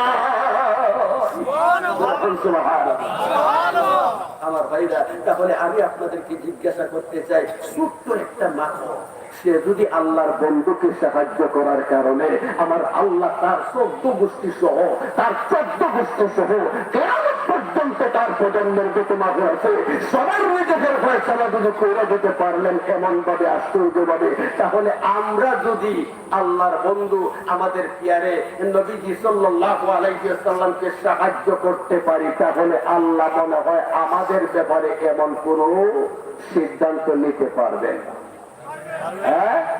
আর যখন পারবেন কি পারবেন না, হৃদয়ের টেনশন থাকবে, হৃদয়ের টেনশন থাকবে, অভাব থাকবে, বিমার থাকবে, থাকবে না। আমার ভাইরা, আমার বন্ধুরা, তাহলে মনোযোগের সাথে শোনেন। প্রত্যেকে মনে মনে ভাবতে পারেন, হুজুর না করতো আল্লাহর নবীর সামনে পাইছিল, কিন্তু আমরা তো জন্মের পর থেকে আল্লাহর নবীর দেখেই নাই, আর মরণ পর্যন্ত দেখার কোন সম্ভাবনাও নাই। যেরকম দেখি আমরা কেমনি আল্লাহ নবীর সাহায্য করব?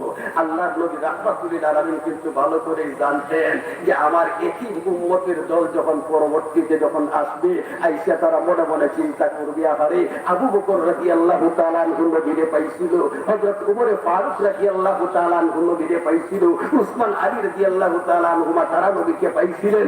এই জন্য তারা নিজের জান মাল সব কিছু বিলীন করে দিয়ে এই দুনিয়াবাসীর কাছে আমার আল্লাহর কাছে সবচেয়ে বড় দাম হয়ে গেছিলেন। আহারে আমরাও যদি আমার নবীরে যদি পাইতাম, তাহলে নিজের জান মাল যা কিছু আছে সব কিছু আমরা কোরবানি করে দিতাম। জনগণ ঠিক কিনা? প্রত্যেকটা আশিকে রাসূল, প্রত্যেকটা মুমিন মুসলমানের অন্তরের মধ্যে এই প্রেরণা থাকাই স্বাভাবিক। জনগণ ঠিক কিনা? এই প্রেরণা যদি কারো অন্তরের মধ্যে না থাকে, তাহলে সে ইমানদারের কেউ হইতে পারে না। জনগণ ঠিক কিনা? আমার ভাইরা, আমার বন্ধুরা, তাহলে এবার আসুন আমি আবারও আপনাদেরকে জিজ্ঞাসা করতে চাই, আল্লাহর নবীকে সাহায্য করার কোন পথ যদি ডাইরেক্ট যদি তাকিয়ে থাকে, তাহলে এই পথে আমরা যদি আমাদের নিজের জান যদি কোরবান করে দিতে হয়, আমাদের সমস্ত সম্পদ যদি বিলীন করে দিতে হয়, নিজের সব কিছু যদি বিলীন করে দিতে হয়, এরপরে আমি দেখতে চাই আমরা কারা কারা রাজি আছি নিজের জান দিব, নিজের মাল দিব, সব কিছু দিব, কিন্তু আল্লাহর প্যারে হাবিবকে আমরা সাহায্য করব। কারা কারা রাজি আছে দুটো হাত তুলে দেখান। মাশাআল্লাহ, আল্লাহ তুমি কবুল করো। সবাই বলি আমি, আরো জোরে করেন আল্লাহুম্মা আমিন। আরো একটা বার অন্তরটা নরম করে দেবেন আল্লাহুম্মা আমিন। আমার ভাইরা, আমার বন্ধুরা, তাহলে এবার আসুন পদ্ধতিটা কি?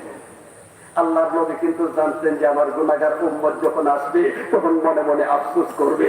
এই জন্য আমাদের সামনে এমন একটা ব্যবস্থা দিয়ে গেছেন, এমন একটা ব্যবস্থা, যেরকম আল্লাহু আকবার, আরেকবার বলে আল্লাহু আকবার, আরো জোরে বলে আল্লাহু আকবার, আল্লাহু আকবার। এমন একটা ব্যবস্থা দিয়ে গেছেন। কেমন ব্যবস্থা? একটা উদাহরণ দিই। যেমন মনে করেন মাটিগুড়া এলাকার এই আল্লাহর ওলির এলাকার মানুষ, আপনারা যদি মনে করেন আমাকে কেউ সাহায্য করতে চান, মনে মনে নিয়োগ করছেন যে জালাল ইসলামকে একটু সাহায্য করবো, এই কথা মনোভাব নিয়ে তখন আমারে তালাশ করতেছেন। তালাশ করতে করতে করতে করতে পান নাই, মনে করছেন জালাল ইসলাম কোন জায়গায় আছে না জানি, উপায় নাই, এটা তো হওয়া সম্ভব না। কারণ এই বছর থেকে আলহামদুলিল্লাহ অনেক দিন কিন্তু শুরু হয়ে যাবে। কারণ এই বছর এই যে সামনের এই ডিসেম্বর মাসে আলহামদুলিল্লাহ থাইল্যান্ড সফর আছে, এরপরে আবার দুবাই সফর আছে, যেরকম আলহামদুলিল্লাহ।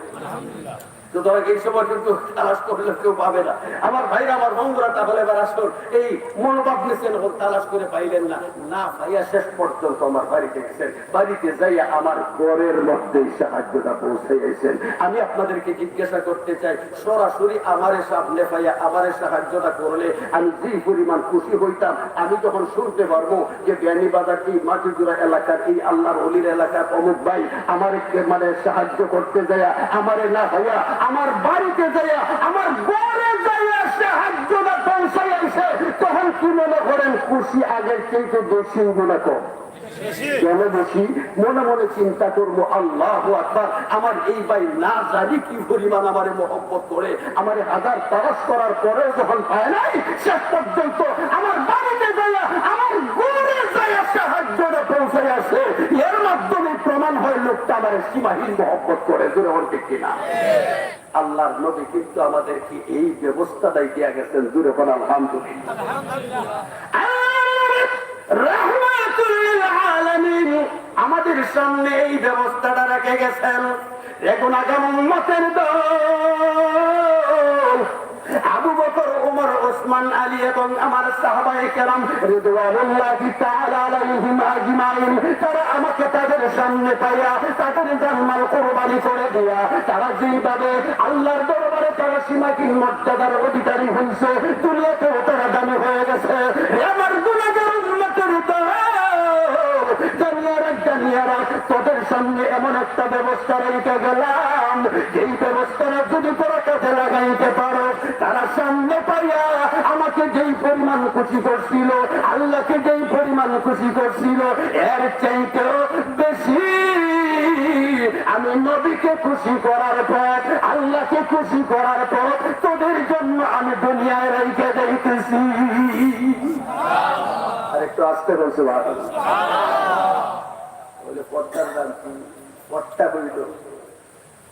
যদিও নবী নাই, নবীর ঘর আসেনি, যখন আসেনি নবীর ঘর, নবীর ঘরের নাম, নবীর ঘরের নাম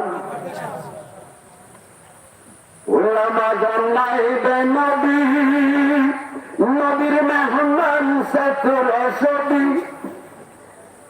ওলামা জানাইবে নবী, নবীর মেহমান সাথর ছবি।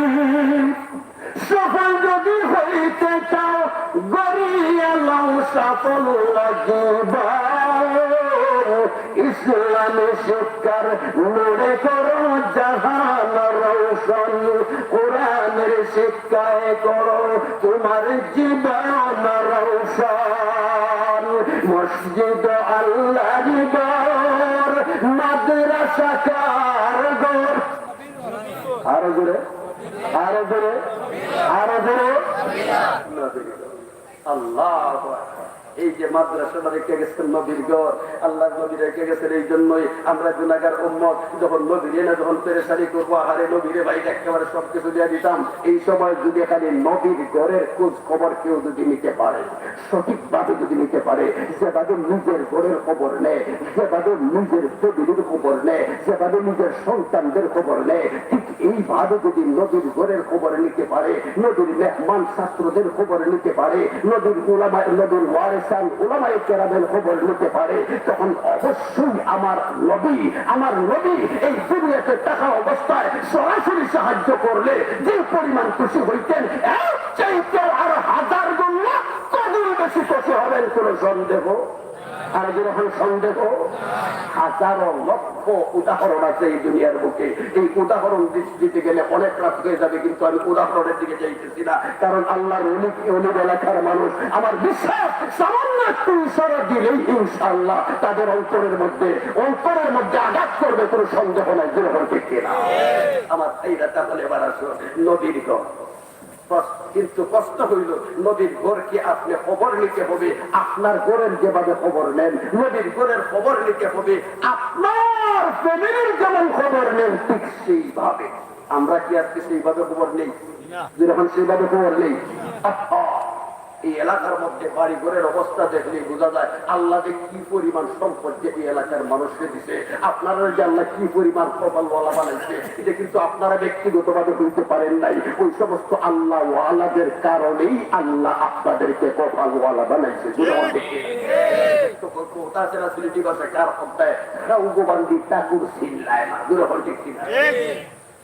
আপনারা মনে করতেছে আমরাই নিজের ক্ষমতা বলে নিজের ব্রেইন হাউসে লাগাইয়া লন্ডন গেছি, আমেরিকা গেছি, কোটি কোটি টাকার মালিক হয়েছি, না, কখনো না। ওই সমস্ত আল্লাহ ওয়ালাদের পদচারণার মাধ্যমে এই এলাকার মধ্যে আল্লাহর পক্ষ থেকে বরকত নাযিল হয়েছে, রহমত নাযিল হয়েছে। এই রহমতের বিনিময়ে, বরকতের বিনিময়ে আজকে সারা বাংলাদেশের মধ্যে আপনারা কপালওয়ালা হয়েছেন। দুরকম ঠিক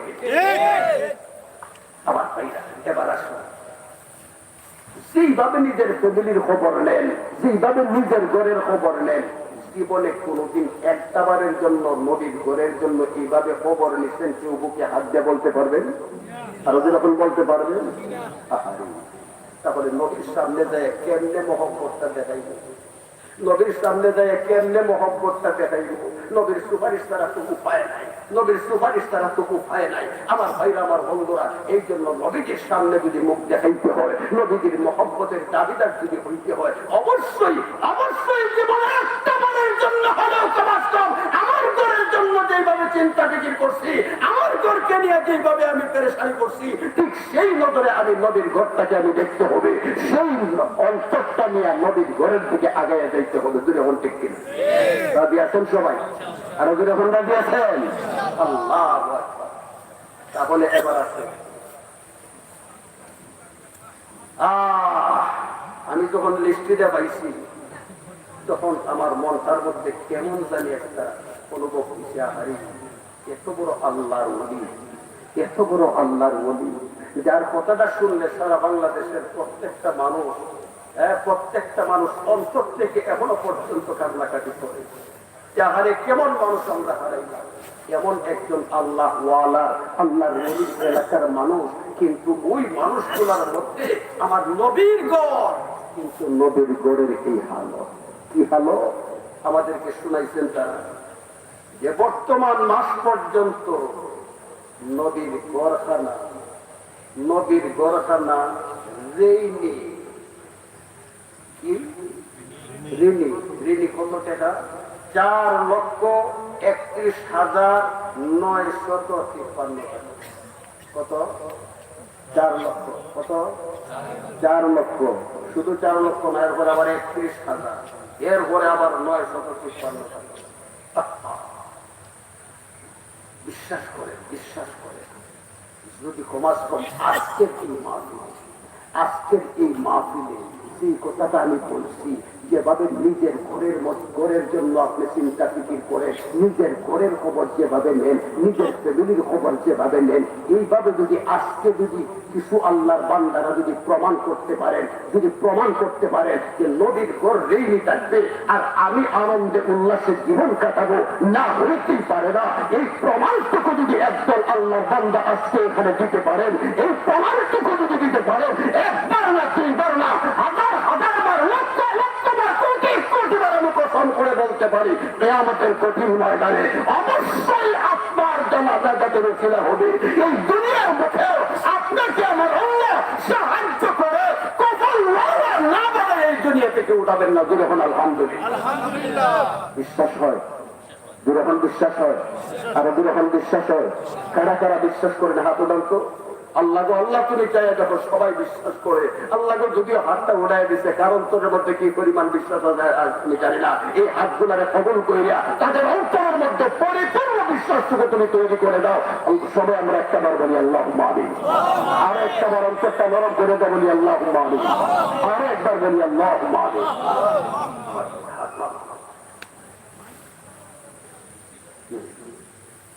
আমার ভাইরা, তাহলে কয় লক্ষ টাকা ঋণী? প্রায় 4.5 লক্ষ, প্রায় 4.5 লক্ষ টাকা। এখন আছে এই নবীর গড় আপনাদের এত উন্নত এলাকা, পলির এলাকার মধ্যে রেইনিটা হোক, এটা আমরা চাইনি। রেইনগ্রস্তটা হোক, এটা আমরা চাইনি।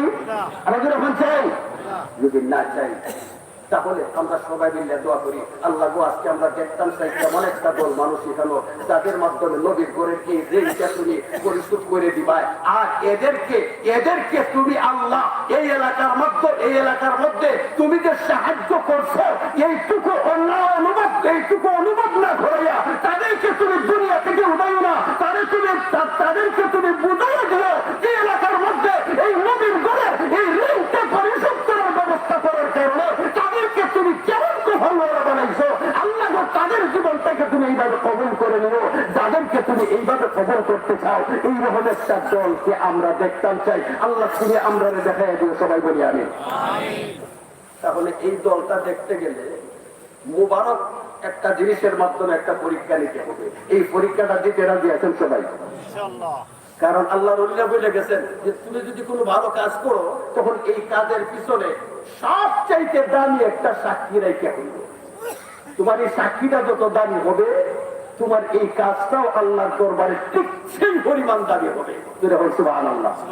তাহলে আজকে যে আমরা পরীক্ষাটা দিতাম, এই পরীক্ষার মধ্যে সাক্ষী হইতাম সাক্ষী এই আসমানের নিচে জমিনের উপরে সবচেয়ে বড় সাক্ষী কোরআনুল কারীম। জোরে বলতে কিনা?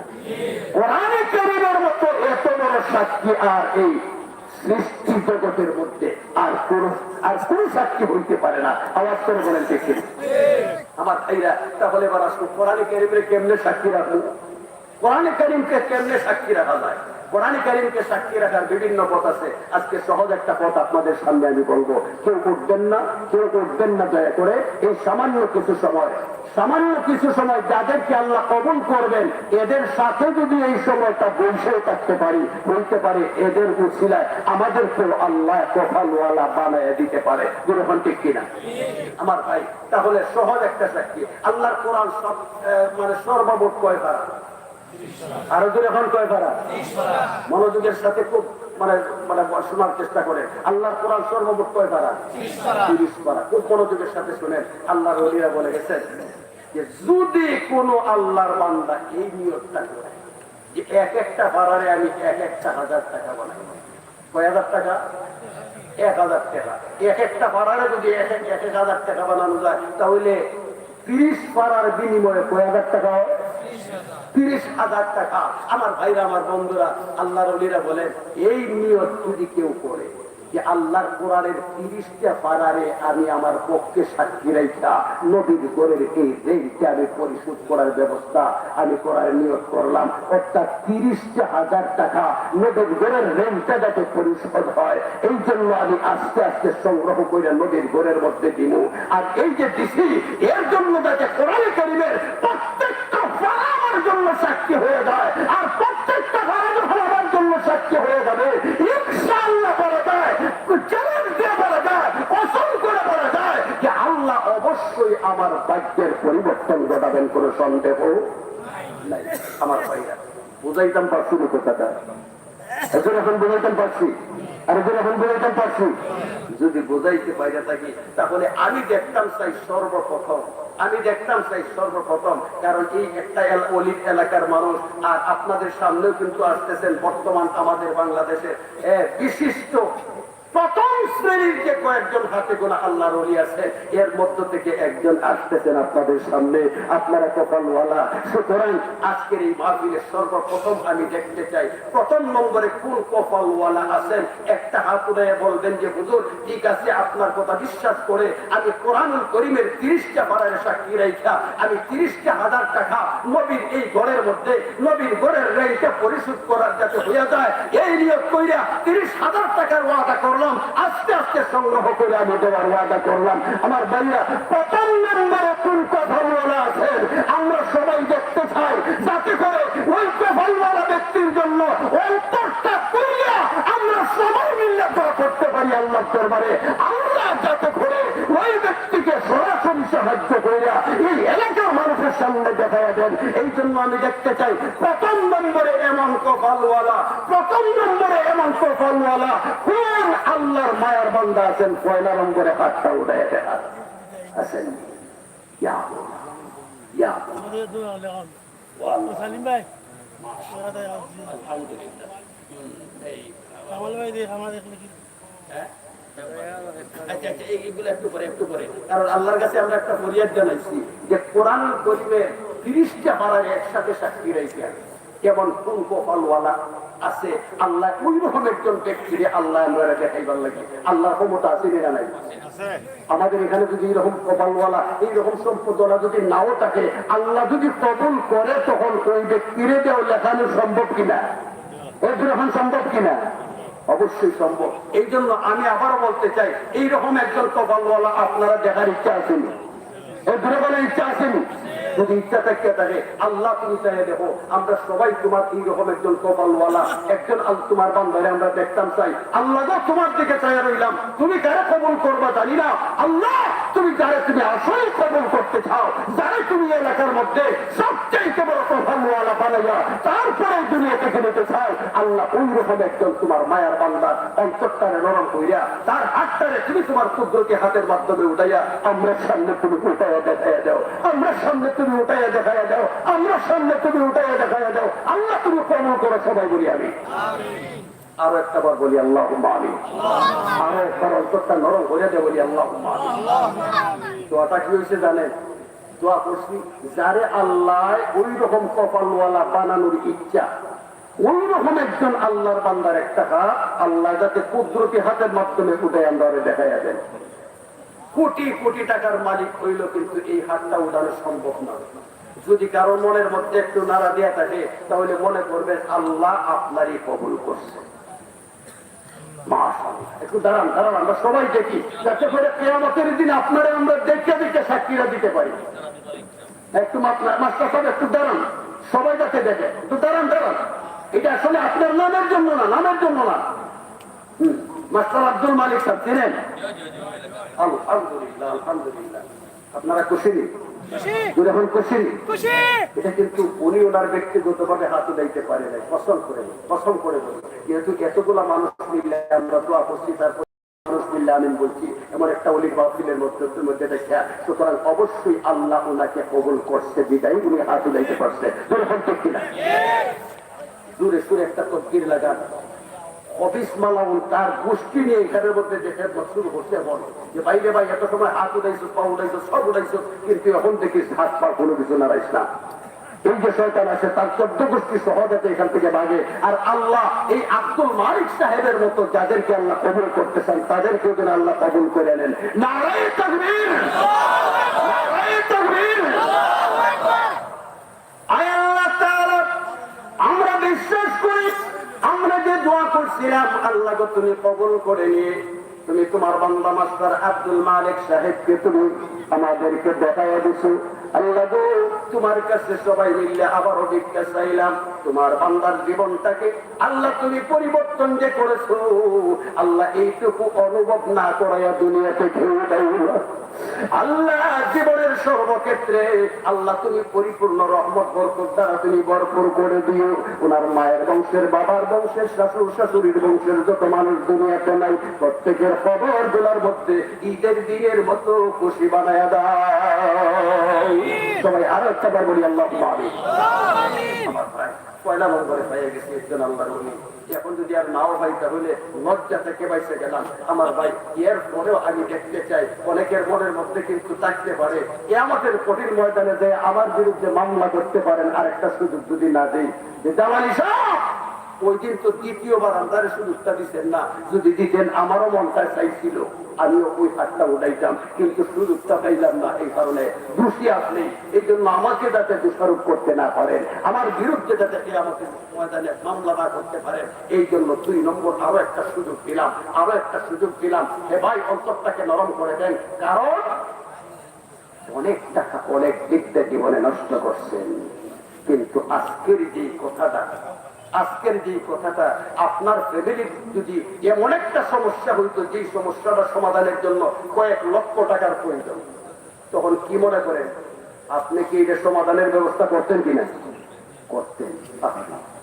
কিয়ামতের কঠিন ময়দানে মুসিবতের সময় আল্লাহ নবী যদি জিজ্ঞাসা করেন উম্মতরে আমি তোমাদের সামনে আমার ঘরটা রাইতে আসছিলাম, তোমার ঘরের খবর নিয়েছিল সবসময়, তোমার ফ্যামিলি তোমার সন্তানাদির খবর নিয়েছিল, কিন্তু আমি নবীর ঘর খানা ঋণছিল জীবনে কোনদিন আমি নদীর মহব্বত নিয়ে আমার ঘরের খবর নিয়েছিল। আবার ভাইরা আমার বন্ধুরা ওই দিন যদি আপনি বলতে পারেন নবী গো নবীজি জীবনে যদিও সব সময় করতে পারি নাই, কিন্তু ওই কথাটা যখন একদিন শুনছিলাম তখন ওই দিন কমাস কম একটা হাত বেড়ে দেখাইছিলাম। আমার ভাইরা আমার বন্ধুরা আজকের এই হাতটা যদি আল্লাহ কবল করে দেন অবশ্যই আপনি যে কথা বলা কোনো সন্দেহ থাকতে পারে না। এই জন্য আমি 2 নম্বর বার সুযোগ দিলাম, এই 2 নম্বর বার সুযোগ দিলাম। আসেননি কোন যুবক ভাই অথবা কোন মুরব্বী বাবাজি, কোন কপালওয়ালা আসেননি যে বলবেন যে হুজুর ঠিক আছে আমার নামটাও লেখেন, আমিও আস্তে আস্তে সংগ্রহ কইরা আমি দেওয়ার চেষ্টা করব, আমি দিব 30টা পারাকে সাক্ষী রাইখা 30,000 টাকা আল্লাহর নবীর করে এই রেই জায়গাতে পরিশোধ হয়। আসেননি কোন ভাই। আহা আমি তো আসলে সবাই চিনি না, কিন্তু চেহারা গুলা দেখলেই কিন্তু বোঝা যায় আল্লাহ কিন্তু আপনাদেরকে অনেক নিয়ামত দান করছে। এই জন্য সর্বশেষ আবারও আমি সুযোগ দিলাম, কেউ উঠবেন না, কারণ এখন তখন ডাইরেক্ট প্রমাণ হয়ে যাবে যে আসলে আল্লাহর নবীর ঘর এটি আমাদের বিশ্বাস। যখন নাউজুবিল্লাহ আমার ভাই আসেননি 2 নম্বরে প্রত্যেকেই মনে মনে একটু দোয়া করেন আল্লাহ তোমার আরো একজন মায়ের বান্দা যদি এরকম তাকিয়া থাকে তাহলে ওনারও আমরা দেখতাম চাই, যেহেতু 2 নম্বর আরো একটা প্রস্তাব দেওয়া হয়েছে। আল্লাহ তুমি তো দেখাইতে পারো, তুমি আমাদেরকে দেখাইয়া দাও। সবাই বলি আমি আসেননি কোনো ভাই। 2 নম্বরে 30,000, 2 নম্বরে 30,000। আহা ও ভাই এই যে বসে আছি 1-2 বার পাতলা পায়খানা 1-2 বার বমির ভাব যদি খালি এখানে হয়, আর এখান থেকে নেওয়া যদি খালি কোনো মেডিকেলের মধ্যে যদি খালি নেওয়া ভর্তি করা হয়, আল্লাহ আকবার মেডিকেলের মধ্যে নেওয়ার পরে যেভাবে পরীক্ষা নিরীক্ষা দেওয়া হয়, আল্লাহ আকবার এইভাবে যদি খালি পরীক্ষা নিরীক্ষা করা হয় তখন কি মনে করেন 30,000 টাকা কি হবে? এদের এখন হবে না। এই জন্য 2 নম্বরে আমি দেখতে চাই কোন আল্লাহর বান্দা, কোন সৌভাগ্যবান, কোন কপালওয়ালা যদি দেখতে থাকেন আরো একটা হাত। 2 নম্বরে আর 30,000 টাকা আছে। আল্লাহ আকবার। আপনাদের এই এলাকার গৌরব, যার দুইটা কথা শোনার জন্য ঘন্টার পর ঘন্টা হাজার হাজার মানুষ বসে থাকে, এমন ব্যক্তি, এমন মহান ব্যক্তি, এমন আপনাদের কপালওয়ালা ব্যক্তি আপনাদের সামনে চলে আসছেন। চিৎকার করে বলেন আল্লাহু আকবার, নারায়ে তাকবীর, নারায়ে তাকবীর। আমার ভাই, আপনাদের এলাকার সম্পদ, ওনারা যদি আপনারা সাক্ষী রাখতে পারেন, ওনাকে কিন্তু আপনারা কাছে পাইবেন, আমারও তো কাছে পাওয়া সম্ভব না। ওনারাও যদি সাক্ষী রাখতে পারেন, এ আমাদের কঠিন ময়দানে বজ্র খুলতে দেয়, বলতে পারবে আল্লাহ আমিও সাক্ষী ছিলাম। সুবহানাল্লাহ। আর একবার বলেন আলহামদুলিল্লাহ, আরো জোরে হন আলহামদুলিল্লাহ, আর আরো জোরে হন আলহামদুলিল্লাহ, ওইছেন আরো জোরে হন আলহামদুলিল্লাহ। আমার ভাই, তাহলে দেখতাম চাই এমন একজন আপনাদের সম্পদ, ওনাকে সহ সাক্ষী রাখে 2 নম্বরে কি আছেন 30,000, 2 নম্বরে 30,000 আসেননি 2 নম্বরে। যাই হোক, এটা আমরা রাখলাম হাতের মধ্যে রাখলাম। অনেকেই মনে মনে ভাবতে পারেন, হুজুর পরীক্ষার মধ্যে তো প্রশ্ন একটা থাকে না, পরীক্ষার মধ্যে তো কমপক্ষে 5 6 7টা থাকে প্রশ্ন, এর মধ্যে আবার 4 থাকে যে 7টা থেকে 5টা দিলেও হবে। আপনি দেখি এক প্রশ্ন দিয়ে দিকে পরীক্ষা শেষ করে দিতেছেন। আমার ভাই, কিছু দুর্বল ছাত্র তো থাকে, আমরাও কিছু দুর্বল আছি, দুর্বল দেখি না। তাহলে আমরা যারা দুর্বল, এদের জন্য একটা সহজ ব্যবস্থা করে, এই 30টা তারাকে যদি আমরা 3 জনের মধ্যে বন্টন করি, একটা জামাত যদি বানাই, 3 জনে মিললে একটা জামাত যদি বানাই, তখন একজনের বন্টনের মধ্যে কয় পারা করে? একজন এখন কয় পারা? 10 পারা। একেবারে অন্তর থেকে কথাটা বললে, এখানে যারা আছেন আল্লাহ যে পরিমাণ নিয়ামত দান করছেন, 10টা পাড়ারে সাক্ষী রেখে 10,000 টাকা নগদ হোক আর আস্তে আস্তে সংগ্রহ করে হোক, যদি দেওয়ার যদি খেয়াল থাকে, নবীর মহব্বত যদি আসলে অন্তরের মধ্যে তাকিয়ে থাকে, তাহলে আমরা যারা আছি সবার পক্ষে দেওয়া সম্ভব না? সম্ভব। কথা বলেন, সম্ভব না অসম্ভব? সম্ভব। তাহলে এবার আসুন, আপনারাই কিন্তু বলছেন সম্ভব। এই জন্য আমি দেখতে চাই, সর্বপ্রথম এই জামাতটা যাতে পূর্ণ হয়, 1ম নম্বর ব্যক্তি এই জামাতটা শুরু করে দিবেন মাত্র 10,000 টাকা। 10টা টাকাকে সাক্ষী রেখে 1ম নম্বরে কোন কথা রয়েছেন, হাতটা উড়াইয়া বলবেন, হুজুর আমার নামটা লেখেন, আমি 10,000 টাকা নবীর ঘরের এই ঋণটা যাতে পরিশোধ হয়, সেই জন্য আমি আস্তে আস্তে ব্যবস্থা করে দেব। 1ম নম্বরে কোন আল্লাহর ওলি, কোন কথাওয়ালা, কোন সৌভাগ্যবান আছেন, 1 নম্বরে হাতটা দেখাইবে, মাত্র 10,000 টাকা আছে। 30,000 টাকা তুমি আল্লাহ দেখাইছো, তোমার একজন মকবুল বান্দারে তুমি আমরা সামনে তুমি কবুল করে দেখাইছো। আল্লাহ গো, এখন তো 10,000 টাকা আমরা সবাই বলছি, আমরা প্রত্যেকের পক্ষে ইচ্ছা করলে দেওয়া সম্ভব। আল্লাহ, তোমার কাছে চাইলাম, এইখান থেকে তোমার যে 3 জন মায়ার বান্দারে তুমি আসলে তুমি মহব্বত করো, যার জীবনকে তুমি পরিবর্তন করতে চাও, আল্লাহ গো, সবাই মিললে তোমার কাছে ভিক্ষা চাইলাম। একজন তোমার মস্ত বড় আলেমে দ্বীনকে সামনে রেখে তোমার কাছে ভিক্ষা চাইলাম। আল্লাহ, তুমি এই মহান 3 জন তোমার কপালওয়ালা বান্দাকে তুমি কবুল করে আমরা দেখাইয়া দাও। সবাই বলি আমিন। আর একবার বলি আল্লাহুম্মা আমিন। আর একবার অন্তরটারে নরম করে দেয়, বলি আল্লাহুম্মা আমিন। রে যুবক, চিন্তা করো, আল্লাহর কাছে দোয়াটা কি করা হয়েছে? যাকে আল্লাহ পছন্দ করেন এইরকম ব্যক্তিকে আল্লাহ কবুল করে দেখানোর জন্য। এই জন্য মনে করবো, এখন যে হাতটা উদায় দেখাইবা, এটা তোমার ব্যক্তিগত ভাবে হাত উদাইবার ক্ষমতা নেই। আল্লাহ যদি মহব্বত করেন তোমাকে, তখনই হাতটা উদাইতে পারবো। এই জন্য কারো অন্তরটা যদি নাড়া দেওয়া থাকে, আমি দেখতে চাই 1ম নম্বর কপালওয়ালা কোন ভাই আছে? মাত্র 10,000। 10,000। ইয়া আল্লাহ, 10,000। আল্লাহ, তুমি আমাদেরকে লজ্জিত বানাইও না। আল্লাহ, তুমি আমাদেরকে আল্লাহ লজ্জিত বানাইও না। এখন তোমার যেই বান্দা আমরা এই গাছটা থেকে উদ্ধার করে দেওয়া দেবে, আল্লাহ তোমার কাছে দেখতে চাইলাম, তোমার এই বান্দারে জিন্দেগারিতে কোনোদিন কোন গাছের মধ্যে তুমি আটকাইও না, কোন গাছের মধ্যে তুমি অপমান করো না। সবাই বলে আমি আসেন মাত্র 10,000। মাশাআল্লাহ। একটু দাঁড়ান। সবাই দেখে যাতে মানে উৎসাহিত হয়। হ্যাঁ মাশাআল্লাহ। নামটা কি? মোস্তাক আহমদ। মালোপাড়া জনাব মোস্তাক আহমদ। খুশি না বেজার? খুশি না বেজার? মুস্তাক আহমদ সাহেবের মতো মুস্তাক আহমদ সাহেবকে আল্লাহ যে পরিমাণ নিয়ামত দিচ্ছে, এইরকম নিয়ামতের মালিক আরো আছেন না? ওনার চেয়ে নিচে সবাই? হ্যাঁ, আব্দুল মালিক সাহেব ছাড়া আর যারা আছেন ওনার চেয়ে নিচে না ওনার সমপর্যায়ে অথবা ওনার চেয়ে বেশি আছেন কিনা নাই? দুজন আছেন কিনা নাই? কথা হয় না, আছেন কিনা নাই? অন্তঃকরণে নরম করে আল্লাহ কিন্তু বুঝাইতে চাইছে মোস্তাক আহমদ সাহেবকে কবুল করে যারা ওনার সমপর্যায়ে আছেন এবং ওনার চেয়ে আরো বেশি নিয়ামত আছেন, এদেরকে আল্লাহ আঙ্গুলের চোখে দেখায় দেখতেছে, রে বান্দা দেখো আমার বান্দা মোস্তাককে আমি কবুল করছি, তোমরা যারা ওনার সমপর্যায়ে আসো ওনার চেয়ে বেশি আসো, এখন যদি তোমরা তোমাদের হাতটা নাও দাও তাহলে একটাবার চিন্তা করে তোমার নিয়ামতটা কিন্তু আমি আল্লাহ দিয়েছি। দুরকম ঠিক কিনা? এই জন্য অন্তরটা নরম করে দেয় দিয়া দম এমন কায়রা নিতে নদীরে পারবাঙ্গে ওপার করে এই তো নদীর খেলা সকাল বেলার দলিরে তুই ফকির সন্ধ্যা বেলা। মোস্তাক আহমদ প্রথম নম্বরে আল্লাহ কবুল করছে। দূরে একটা তকবীর লাগান, নারায়ে তাকবীর। আয় আল্লাহ তাআলা বিশ্বাস করে সবাই মিলে তোমার কাছে ভিক্ষা চাইছিলাম, তোমার একজন মহান আলেমে দ্বীনকে সামনে নিয়ে। আল্লাহ গো তোমার মায়ের একজন বান্দা দেখার জন্য তুমি আল্লাহ দেখায় দিছো তোমার বান্দা মোস্তাক সাহেবকে।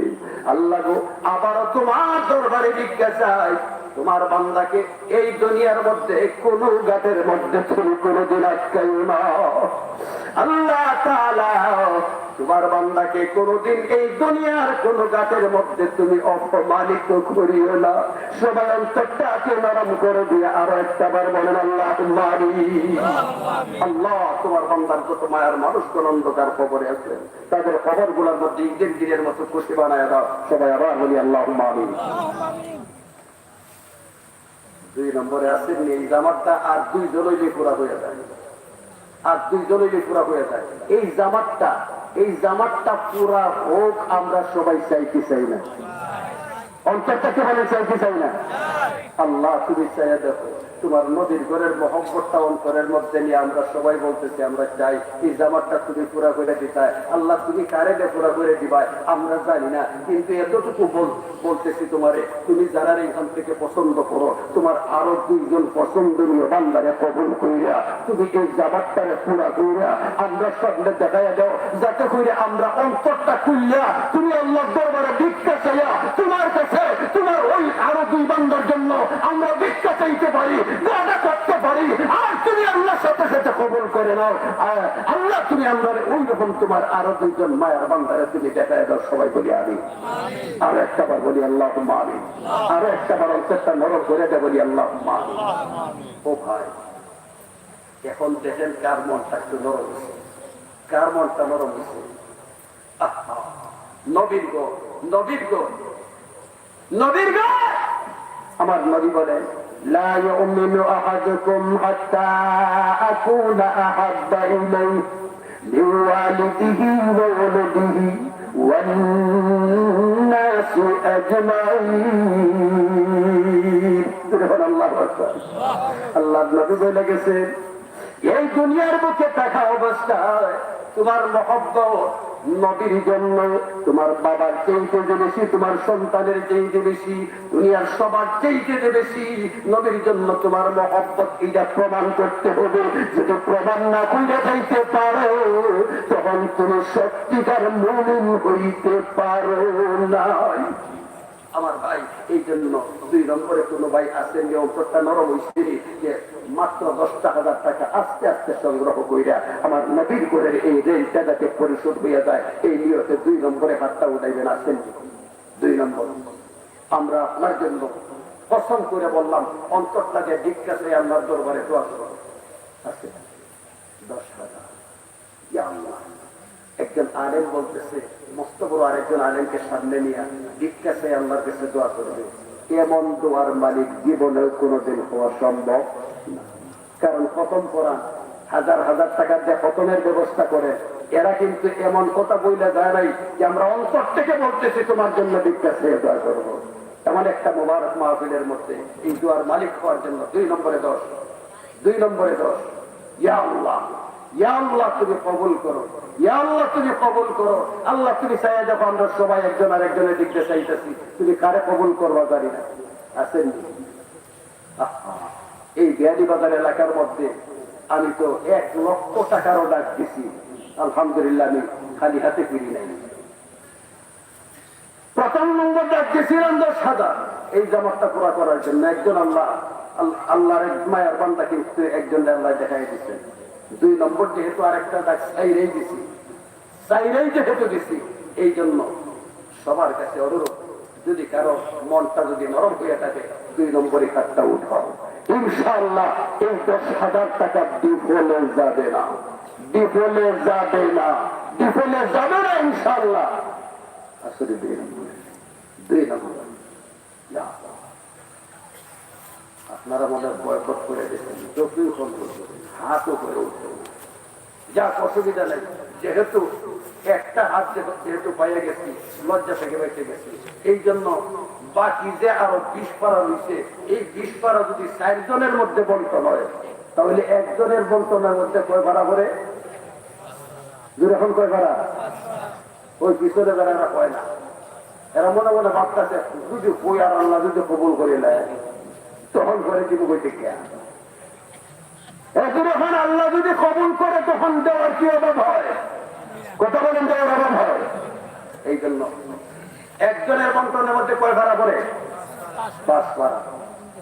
তাহলে এই 4 জনের মধ্য থেকে প্রথম নম্বর কোন আল্লাহর ওলি, কোন কপালওয়ালা আছে, মাত্র 5টা পারাকে সাক্ষী রেখে 5,000 টাকা, মাত্র 5,000 টাকা আল্লাহর নবীর গর্জেই নেই। মাশাআল্লাহ, হারুন রশিদ সাহেব কুনার বাড়ি, মাশাআল্লাহ। 2 নম্বরে আপনার নাম শাহাবুদ্দিন সাহেব, সুনাম করা, মাশাআল্লাহ। 2 নম্বর হয়ে গেছেন, 2 নম্বর হয়ে গেছেন। আর যদি 2টা হাত যদি উঠে যায়, আমরা এই 4 জনের জামাতটা কিন্তু পুরা হয়ে যায়। আল্লাহু আকবার।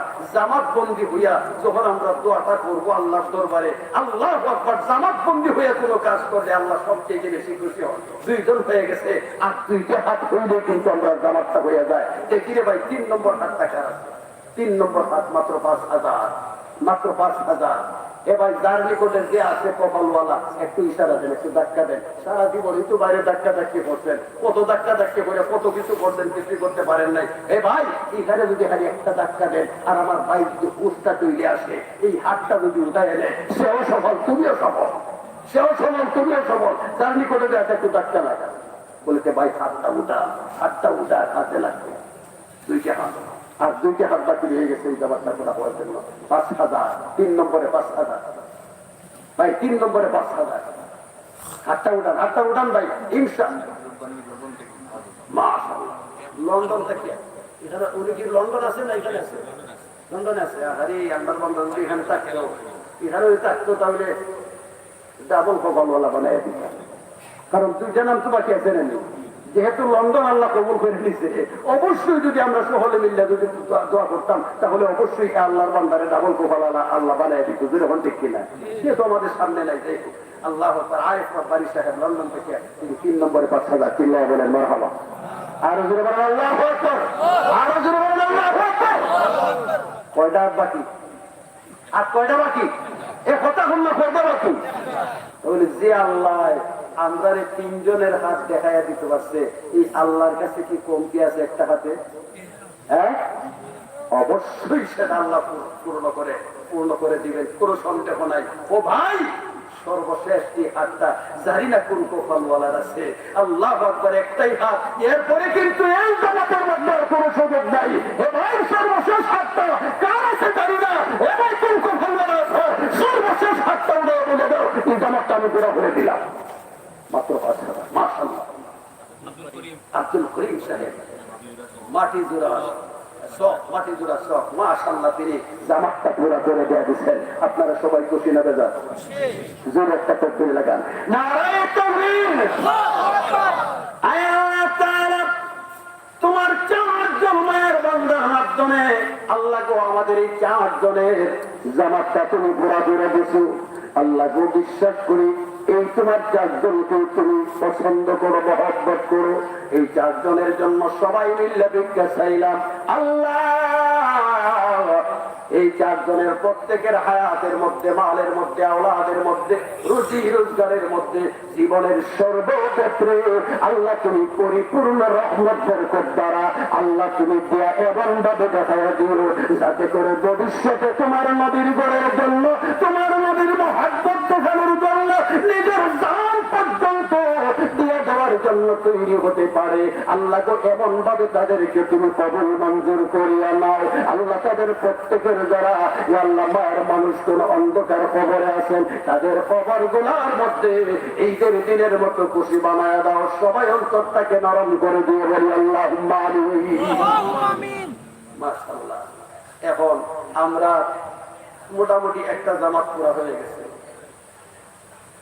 অনেকেই মনে মনে ভাবতে পারেন যে হুজুর আমার মনটা কিছু চাইছি, যদি আরো একটা জামাত যদি শুরু করতেন তাহলে আমিও হাতটা উঠাইতাম। এটা অনেকের মনে মনে থাকতে পারে, অথবা কিয়ামতের ময়দানে যায় বলতে পারেন যে আল্লাহ যারা হিসাবে এক জামাত পুরা করে শেষ করে দিচ্ছি, এই জন্য আমি পারি না, আমার মনটা একটু নাড়া দিচ্ছি কিন্তু পারছি না, আমারও দোষারোপ করবে। এই জন্য এখন কিন্তু শুধুমাত্র এই দোষারোপ থেকে বাঁচার জন্য বলতেছি, এমন কোন আল্লাহর বান্দা আসেননি যে অন্তরটা নরম হয়েছে, একটু ধাক্কা দিচ্ছে, আপনি হাত উঠে বলবেন যে হুজুর আমিও বাঁচা আসেননি কোন এখন তোমার বান্দার ছাইড়ে দিচ্ছেন, কার মনটা জানি তোমার দিকটা দাবিত হয়েছে, তার হাতটা তুমি উঠাইয়া দেখাইবা। আল্লাহ গো এমন কোন একজন তোমার বায়ের বান্দা যদি তাইকে থাকে কেন, তাহলে আমরা দেখতাম চাই, রে আল্লাহ। আল্লাহ তুমি আমরা দেখাইয়া দাও যদি তাইকে থাকে। সবাই বলি আমি আসেন কোনো ভাই মাশাআল্লাহ নামটা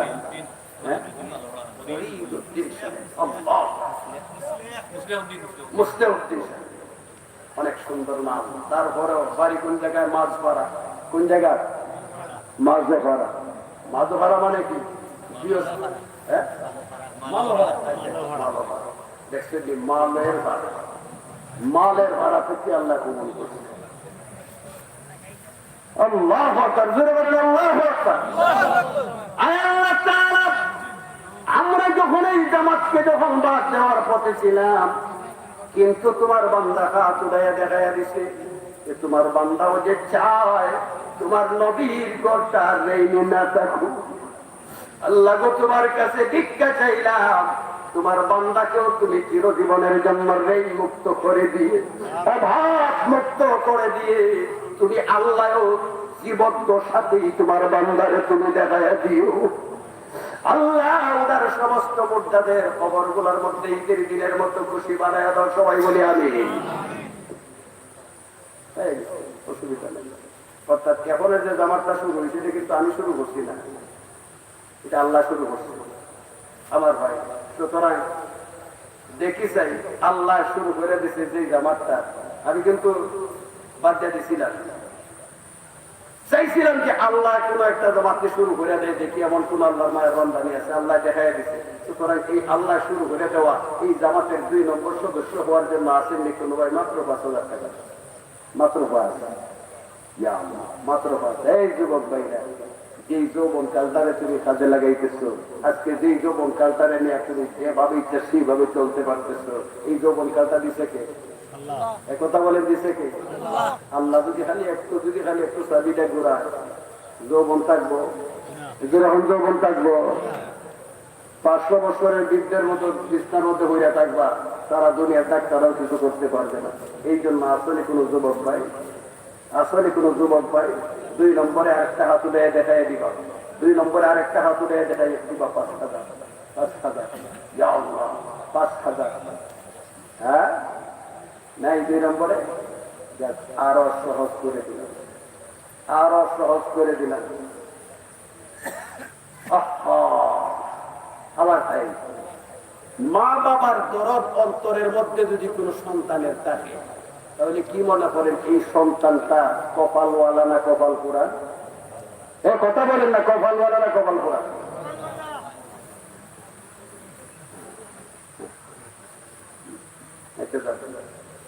কপালওয়ালা, কোনো সন্দেহ নাই। এই মা বাবার মহব্বতটা দেখানোর জন্য একদিকে মা বাবার মহব্বত আর একদিকে রসুলের মহব্বত, এই দুইটা দেখানোর জন্য আমি দেখতাম চাই এখানের মধ্যে, আমি দেখতাম চাই 1,000 টাকা মাকে স্মরণ কইরা আর 1,000 টাকা বাবাকে স্মরণ কইরা, এমন কোন মা বাবার করে 2,000 টাকা প্রথম আব্দুল সালাম সব মালো ভাড়া। পয়লা নম্বরে মা বাবার দরদি সন্তান, তিনি মা বাবার কথা স্মরণ করে আমার নবীকে স্মরণ করে 2,000 টাকা চিল্লায় বলেন মারহাবা। 2 নম্বর একদিকে মা বাবা, মাশাআল্লাহ আমার এই মুরব্বি স্যার ইসলামউদ্দিন সাহেব বড় বাড়ি। 2 নম্বরে মা বাবার মহব্বতের দাবিদার, মা বাবার দরদ অন্তরের মধ্যে নিয়া, আল্লাহর নবীর দরদ অন্তরের মধ্যে নিয়া 2 নম্বরে 2,000। 3 নম্বরে ওই জায়গার মধ্যে কে হাত উঠাইছে? ওই যে সাইদুর রহমান সাহেব ওনার বাড়ি, মাশাআল্লাহ। 3 নম্বরে তিনি মা বাবার দরদি সন্তান। আল্লাহ তুমি চাইয়ে দেখো, আল্লাহ 4 নম্বরে মাশাআল্লাহ মাস্টার কয়েসউদ্দিন সাহেব বড় বাড়ি। 4 নম্বরে মা বাবার দরদ, আল্লাহ তুমি চাইয়ে দেখো, মা বাবার দরদ অন্তরের মধ্যে নিয়ে দেখাইছেন। আল্লাহ তোমার প্রিয় হাবিবের দরদ অন্তরের মধ্যে নিয়ে দেখাইছেন। আল্লাহ তুমি কাউকে তুমি খালি হাতে ফিরাইয়া দিও না, আল্লাহ তুমি কবুল করো, সবাই বলি আমিন। 5 নম্বর হাত ওই মা বাবার দরদ অন্তরের মধ্যে নিয়ে, এই মা একজন হয়তো দুনিয়া ফারুকুদ্দিন সাহেব 5 নম্বরে টুকা, মাশাআল্লাহ। আল্লাহ তুমি চাইয়ে দেখো, আল্লাহ তুমি চাইয়ে দেখো, মা বাবার দরদ তাদের অন্তরের মধ্যে আছে। আল্লাহ আল্লাহ তুমি তাদেরকে তুমি খালি হাতে ফিরিয়ে দিও না। 6 নম্বরে মাশাআল্লাহ কয়েসউদ্দিন সাহেব মাইফরা, 6 নম্বরে তিনি 2,000 টাকা মাশাআল্লাহ চিল্লায়ে বলেন আল্লাহু আকবার, আর জোরে বলেন আল্লাহু আকবার, আর বলেন মারহাবা।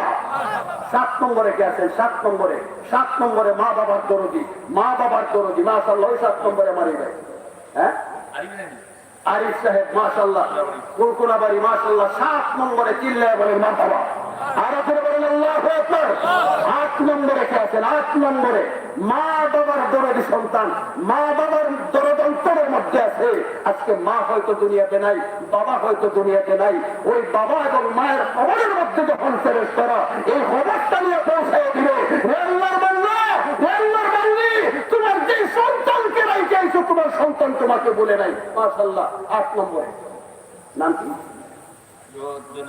জয়নাল আব্দিন সাহেব 8 নম্বরে মাইসপাড়া মাশাআল্লাহ চিল্লায়ে বলেন মারহাবা।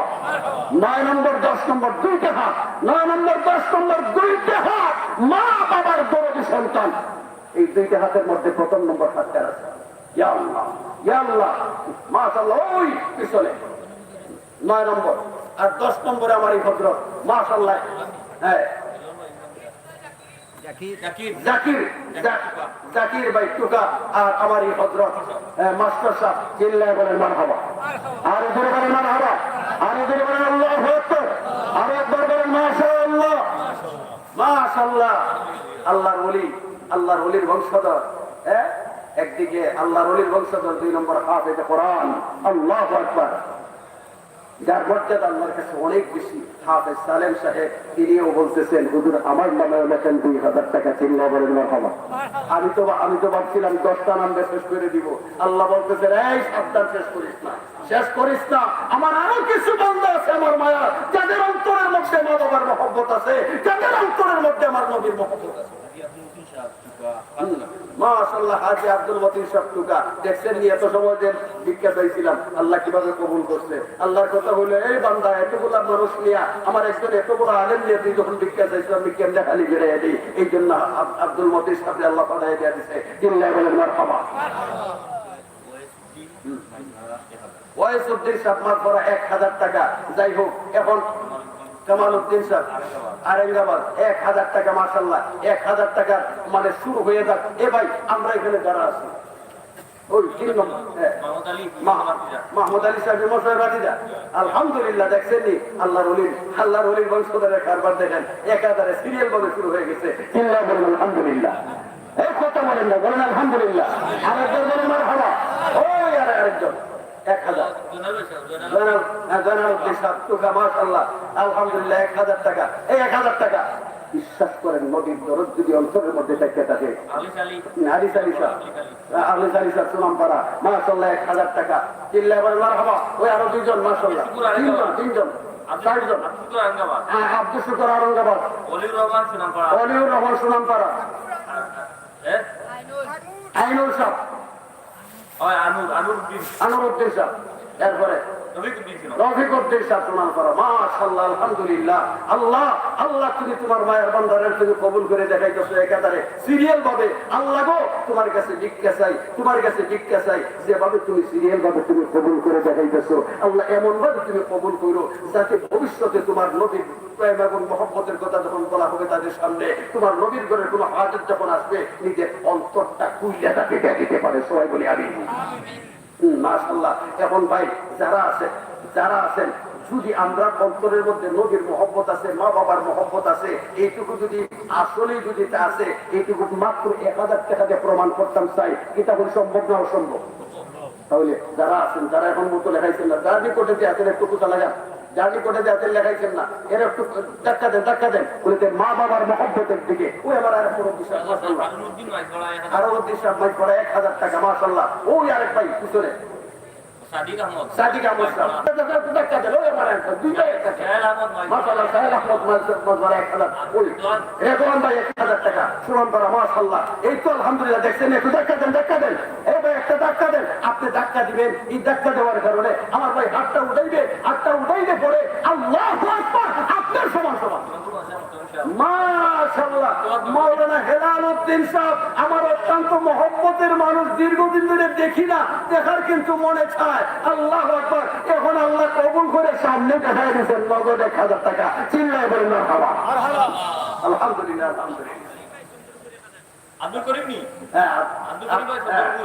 আব্দুল করিম চন্দনপুরে 1000 টাকা মাশাআল্লাহ আলহামদুলিল্লাহ আল্লাহ ঠিক আছে এরপরে তাড়াতাড়ি 1000 নগদ 1000 টাকা দিয়ে দিয়েছেন মাশাআল্লাহ আল্লাহ তুমি ছেড়ে দে করে আল্লাহ এরপরে তুমি কেমনে তুমি খালি হাতে ফিরাইবা আল্লাহ এখানের মধ্যে যারা আমরা এখনো লেখাইছি না আল্লাহ এরা সবই তুমি কবুল করে দেখাই দাও আল্লাহ তুমি আল্লাহর মহব্বত অন্তরের মধ্যে আছে মা বাবার মহব্বত অন্তরের মধ্যে আছে আল্লাহ তুমি প্রমাণ করে দাও আল্লাহ তুমি সবটা কবুল করে দাও সবাই বলি আমি একটু ধাক্কা লাগা জানি করে দিয়ে লেখাইছে না একটু ধাক্কা দেন বলে দে ভাই হাতটা উঠা একটু ধাক্কা দেন একটু ধাক্কা করে আর কি আছেন দিকে তাড়াতাড়ি আর কি আছেন হাতুরান ভাই তাড়াতাড়ি আল্লাহ রবি বৈশা নিছে আপনাদের এলাকার গৌরব আল্লাহু আকবার আসলে একটা কথা আছে না যে ভাষায় বাড়ি গরু গীতা গাটার গাছ খায় না এমন প্রমাণ করিলেন না এত বড় একজন আলিম মাশাআল্লাহ মঈনুদ্দিন সাহেব মাশাআল্লাহ খালোপাড়া আসলে কিন্তু আপনারা হযরতের কথা শোনার জন্য কেমন যে আকাঙ্ক্ষিত থাকেন কেমন যে মনোযোগী থাকেন এটা কিন্তু আমি বাস্তবে প্রমাণ দেখছি এই গোলাপগঞ্জের বিয়ানীবাজারের এমন কোনো মাহফিল নাই যে বলতে চায় না আল্লাহ আকবার ধরে বলেন আল্লাহু আকবার আরেকবার বলেন মাশাআল্লাহ আরেকবার বলেন আলহামদুলিল্লাহ আমার ভাই আচ্ছা এখন আরো তো লেখাইবেন হযরতের কাছে দেখাইবেন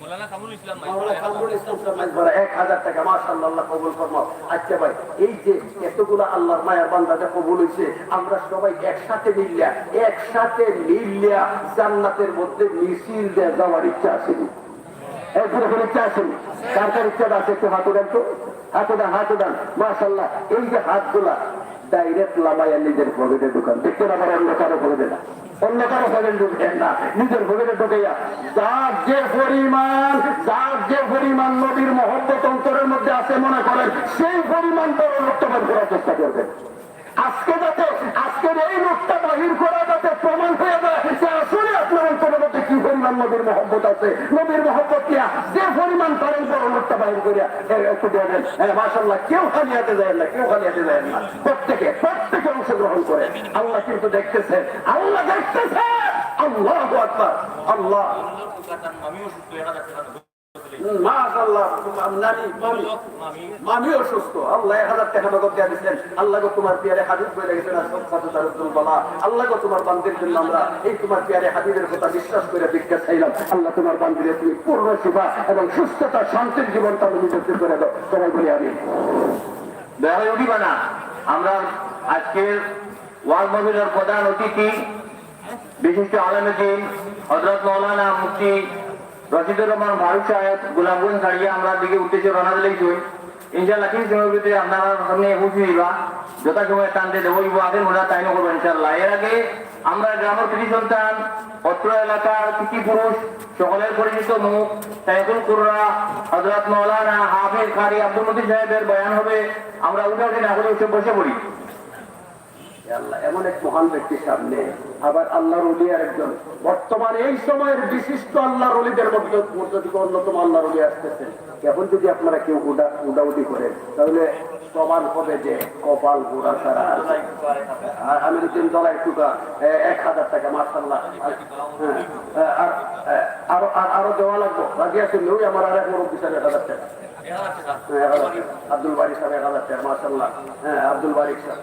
যাই হোক আমার ভাই, আমি মানে এই কি করবো, কারণ এই সময় তো না, কারণ যেহেতু আল্লাহর ওলিরা এখানে সামনে আছেন তাদেরকে এই সামনে বসে রেখে কিন্তু আর কথা বলাও ঠিক না, আল্লাহ বেজার হয়ে যাবেন। এই জন্য কিন্তু আমি আশা করি আপনাদেরকে আল্লাহ কবুল করে নদীর গড়ের রেঞ্জটা অবশ্যই পরিশোধ করার মানে ব্যবস্থা করবেন। আপনারা রাজি আছেন সবাই? রাজি আছেন সবাই? আল্লাহ যেন কবুল করেন নদীর গড়ের এই ঋণটা যাতে পরিশোধ হয়ে যায়। সবাই বলি আমিন। এই পর্যন্ত আমরা যে আলোচনা করলাম এবং শুনলাম, আল্লাহ যেন আমাদের উভয় দলকে আল্লাহ যেন কবুল করেন, আমল করার তৌফিক দান করেন। সবাই বলি আমিন। আর এক মুরব্বী হিসাবে 1000 টাকা। হ্যাঁ না سبحان الله وبحمده سبحانك اللهم وبحمدك أشهد أن لا إله إلا أنت أستغفرك وأتوب إليك. سبحان ربك رب العزة عما يصفون وسلام على المرسلين والحمد لله رب العالمين. آمين وآمين وآخر دعوانا الحمد لله رب العالمين.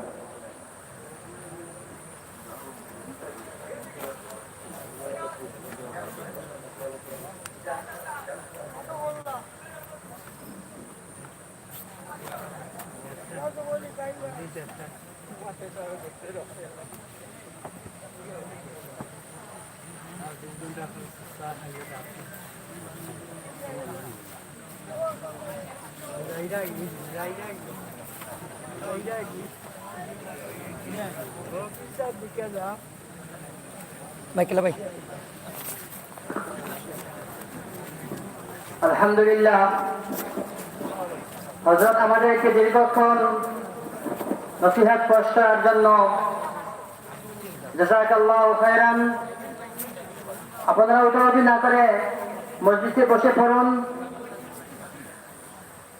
এখন আপনাদের সামনে যিনি বয়ান পেশ করবেন উনি হলেন এমন এক ব্যক্তি যার বয়ান শোনার জন্য আমরা যখন ওয়াজের কার্যক্রম চালাই সবাই বলে যে আসিরগঞ্জি কখন আসবেন।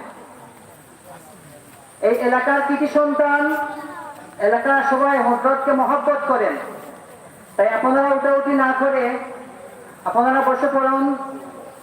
এখন আপনাদের সামনে বয়ান পেশ করবেন হযরত মাওলানা কারি আব্দুল মতিন সাহেব আসিরগঞ্জি।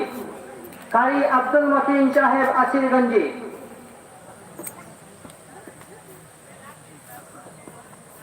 আসসালামু আলাইকুম ওয়া রাহমাতুল্লাহি ওয়া বারাকাতুহু।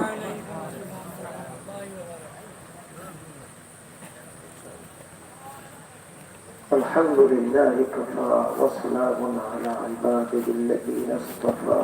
أما بعد فقد قال الله تبارك وتعالى في كلامه المجيد وفي فرقانه الحميد. أعوذ بالله من الشيطان الرجيم.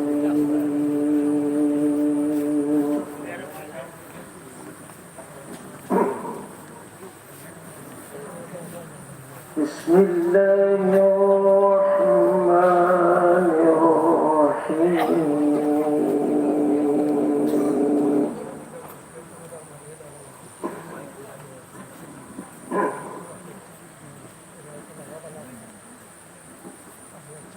يا أيها الذين آمنوا اتقوا الله حق تقاته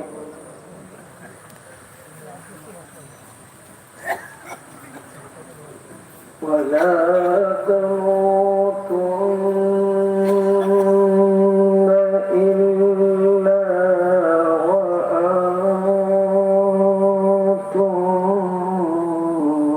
مسلمون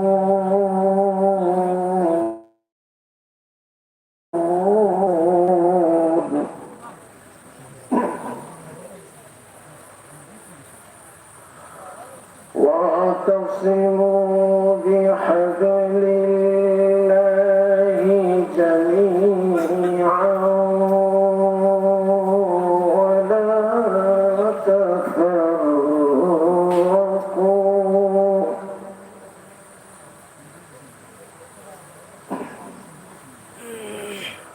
واذكروا نعمة الله عليكم إذ كنتم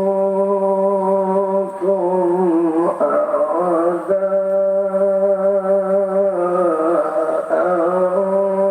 فألف بين قلوبكم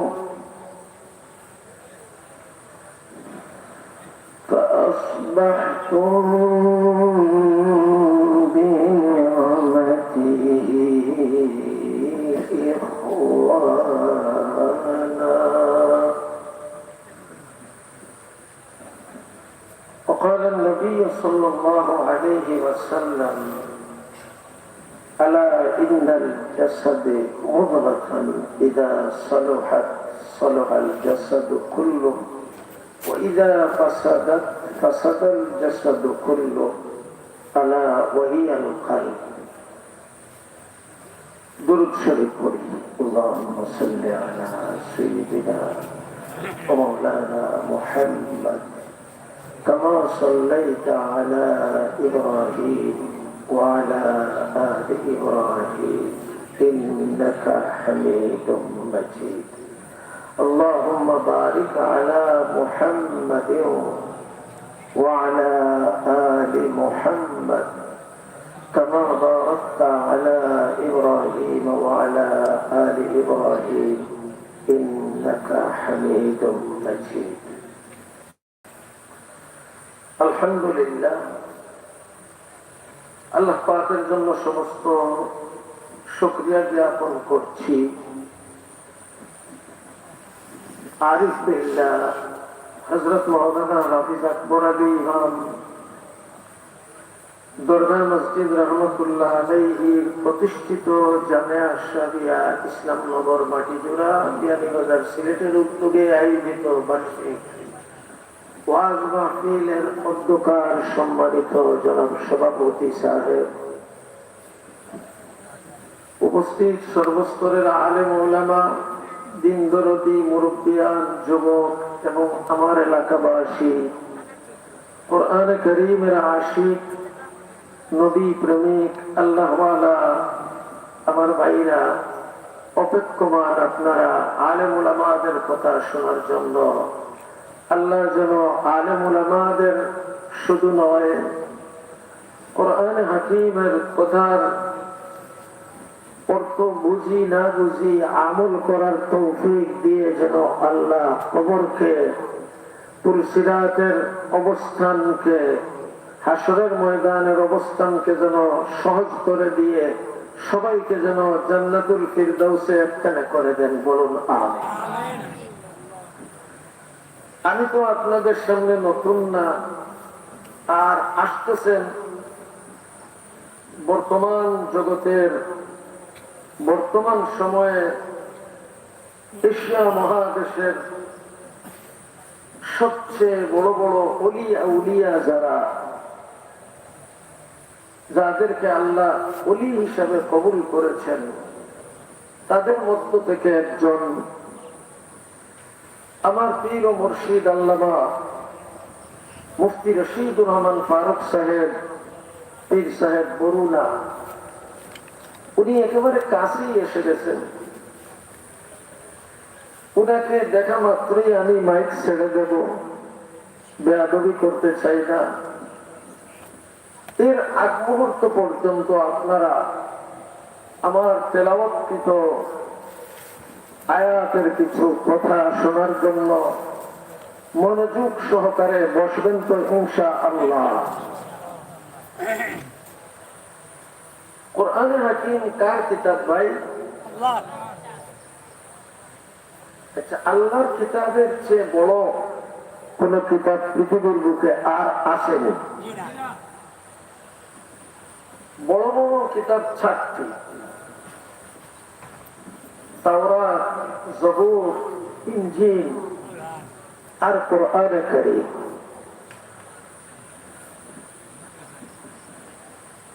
সমস্ত কিতাবাদি এবং সহিফার কথাগুলো যে কোরআনে লেখা আছে, সেই কোরআনে হুকুম, আল্লাহর হুকুম। কোরআনে কারীম কোন মখলুক না, খালিক না। খালিক মানে সৃষ্টিকারী, আর মখলুক মানে যাকে সৃষ্টি করা হয়েছে। কোরআনে হাকিম খালিক না, মখলুক না। তাহলে কোরআনে কারীম কি? কোরআনে কারীম হইল আল্লাহ পাকের জবানি কিতাব, কালামুল্লাহ, আর হাতের লেখা, কলম দিয়ে লেখা কিতাবুল্লাহ। জোরে বলুন সুবহানাল্লাহ। পৃথিবীতে যতগুলো কিতাব এসেছে নবী, রাসূল, আম্বিয়া কেরামের কাছে, সবগুলো আসছে কিন্তু লেখা কিতাব। জবানি কোন কিতাব আসে নাই যা কালামুল্লাহ বলা হয়। আমি সর্বপ্রথম বলতে চাই, যাকে কালামুল্লাহ বলা হয়, যার তুলনা হয় না পৃথিবীতে যত কিতাবাদি আল্লাহ পাঠাইছেন নবী, রাসূল, আম্বিয়া কেরামের কাছে, সেই কিতাবের তরজমা আমি পড়ছিলাম আরিফ বিল্লাহ আল্লামা আকবর আলী রহমতুল্লাহ আলাইহির কাছে। তিনি আমার একান্ত উস্তাদ। মারিফতের জগতে তিনি অনেক উপরে, যাকে আমরা জিন্দা শাহজালাল বলে ডাকতাম। কিন্তু শাহজালালও তো দুনিয়ার বুকে চিরদিন থাকার জন্য আসতে পারেন নাই, এমনকি কোন নবী রাসূল থাকতে আসতে পারেন নাই। ওয়ামা মুহাম্মাদুন ইল্লা রাসূল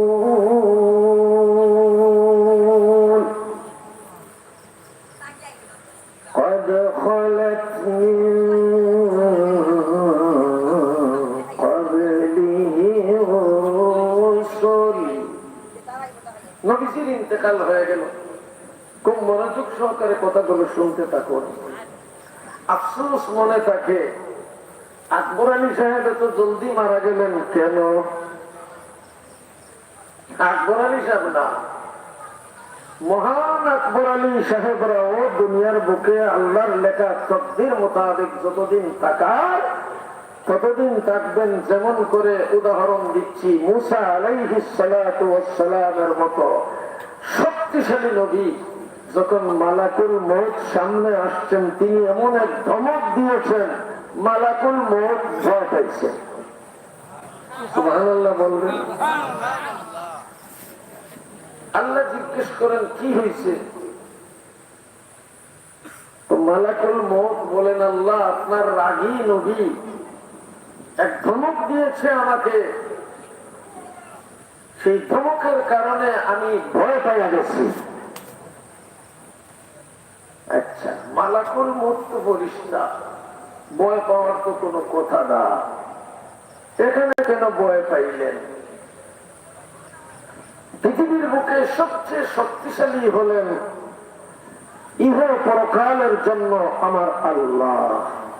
আমরা সূরা ইখলাসটা পড়ি।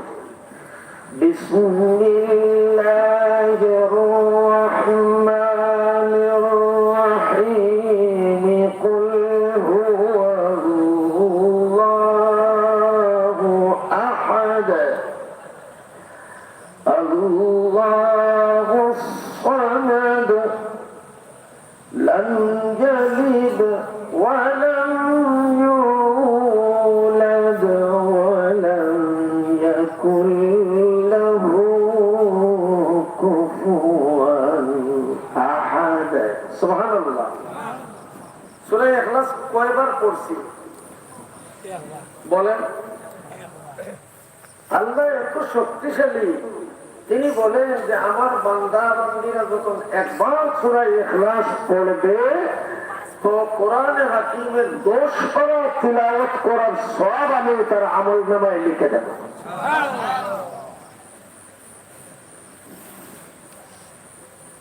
দুইবার পড়লে 20 পারা খতম করার সওয়াব পাওয়া যায়। 3 বার পড়লে 1 খতম কোরআন করার সওয়াব পাওয়া যায়।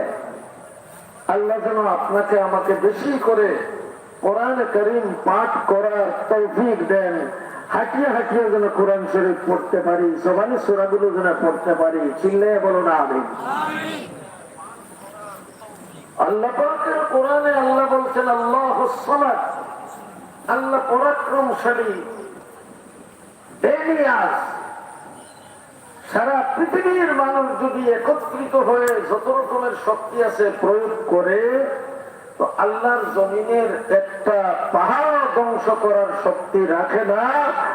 আল্লাহ এত শক্তিশালী, একটা ইঙ্গিত করলে 7 জমি 7 আকাশ সহ ছিন্ন ভিন্ন হয়ে যাবে। জোরে বলুন সুবহানাল্লাহ। সেই আল্লাহ কোরআন দ্বারাই মানুষের শক্তির কথা প্রমাণ করেছেন। মানুষ যখন আল্লাহ সৃষ্টি করছেন তখন সেই শক্তি দিয়েই আল্লাহ দুনিয়াতে পাঠিয়েছেন। এই বিশ্বের নাম হলো দুনিয়া। আরো 5টা জগৎ আছে। এই জগতের নাম হইল বিশ্ব জগৎ, দুনিয়া। আরো কয়টা দুনিয়া আছে? 5টা। আরো 5টা জগৎ আছে। বিশ্ব হুজুর আসলে আপনারা শুনতে পাবেন। এই 5টি জগতের মধ্যে আল্লাহ পাক আপনাকে আমাকে যে শক্তি দিয়েছেন এই শক্তি মালাকুল মউতকেও দেন নাই। জোরে বলুন সুবহানাল্লাহ।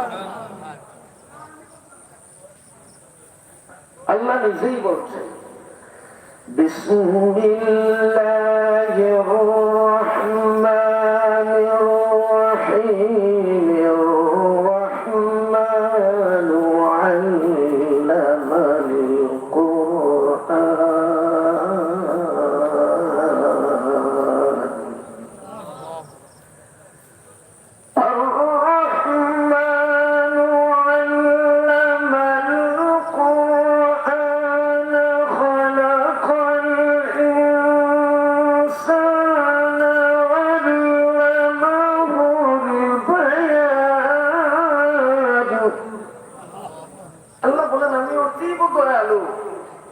আমার রহমতের শেষ নাই।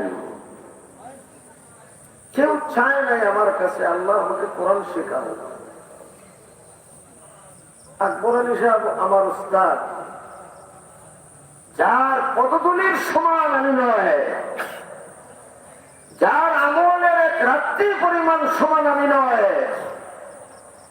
তিনিও আল্লাহকে ভয় পেয়ে ঘুম বাদ দিয়ে তাহাজ্জুদরত রাত কাটাইতেন। জোরে বলুন সুবহানাল্লাহ। যখন বাড়িতে আসতেন তখন রাস্তায় 15 পারা পাঠ করে ফেলতেন, যাওয়ার সময় আরো 15 পারা পাঠ করে ফেলতেন, আর আমাদেরকে বলতেন বেটারা কোরআনের খতম চালু রাখো। জোরে বলুন সুবহানাল্লাহ। من قرأ حرفا من كتاب الله فله حسنة والحسنة بعشر أمثالها। নবী বলেন আমার উম্মতের যারা আল্লাহর কোরআনের একটি অক্ষর পাঠ করবে আল্লাহ সঙ্গে সঙ্গে একেবারে নিম্নে 10 নেকি দিয়ে দেবে। এই মাসলাটা কোথায় শিখলাম? জামিয়া আশরাফিয়াতে না মদন মোহন কলেজে? কথা বলেন না। জামিয়া আশরাফিয়াতে একটা অক্ষর পড়লে 10টা নেকি কমপক্ষে। আপনি যদি পুরা গীতা পাঠ করে ফেলেন, পুরা তাওরাত পাঠ করে ফেলেন, পুরা জবুর পাঠ করে ফেলেন, পুরা ইনজিল পাঠ করে ফেলেন, দুনিয়ার যত কিতাবাদি আছে সব পাঠ করে ফেলেন, একটা নেকিও হবে না। কিন্তু আমার আল্লাহর কোরআনের একটি হরফ উচ্চারণ করলে কমপক্ষে 10টা নেকি। আরিফ বিল্লাহর মতো মানুষ যদি পাঠ করে তাহলে 1000 নয় লক্ষ নেকি। নবীর মতো নবী যদি পাঠ করে তাহলে কোটি নেকি। কোরআন পাঠকারীকে দেখতে হবে তিনি কে। আমার ভাইরা, এই কোরআন ছাড়া আপনার আমার বাঁচার কোন উপায় নাই। জন্য আমার আল্লাহ বলেন ইয়া আইয়ুহাল্লাযীনা আমানু তাকুল্লাহা হাক্কা তুকাতিহি ওয়া লা তামুতুন্না ইল্লা ওয়া আনতুম মুসলিমুন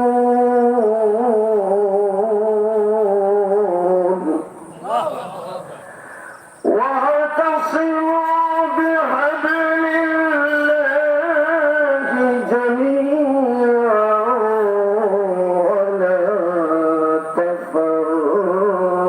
تفرقوا واذكروا نعمة الله عليكم إذ كنتم أعداء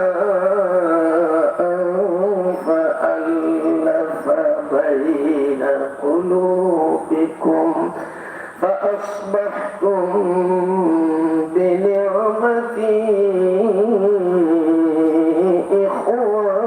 إخوانا। جربهم سبحان الله। আল্লাহ বলছেন তাকওয়া অবলম্বন করার জন্য। এই কথা বলার আগে আমি বলি মুসা আলাইহিস সালাতু ওয়াস সালাম যে ধমক দিলেন মালাকুল মউতকে, মালাকুল মউত কাঁপতে শুরু করেছে। মানুষের কি এত ভয়?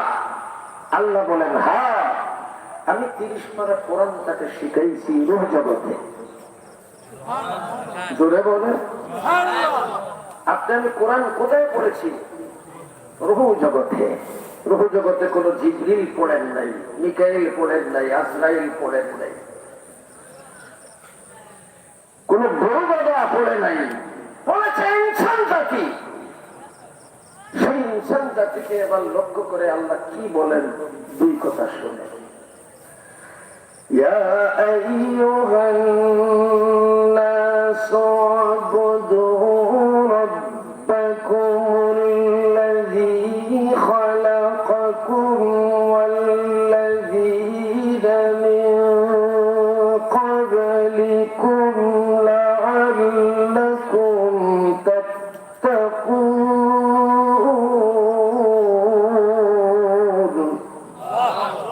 কোরআন শুনতে মজা লাগেনি? দেখে হাত উঠাইয়া প্রমাণ করে বলেন আল্লাহ। যতদিন বাঁচবো অর্থ বুঝি না বুঝি তোমার কোরআন যেন চর্চা করতে পারি, হাঁটতে বসতে খাইতে গাইতে যেন তোমার কোরআনকে সাথে রাখি, তৌফিক দাও বলো না আমিন। আল্লাহ বলেন মুসা কেন তুমি ধমকি দিলে?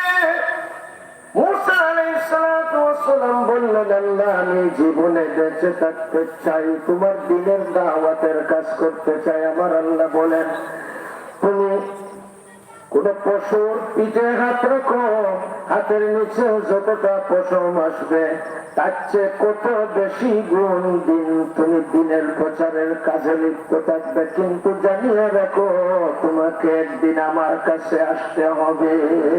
লা ইলাহা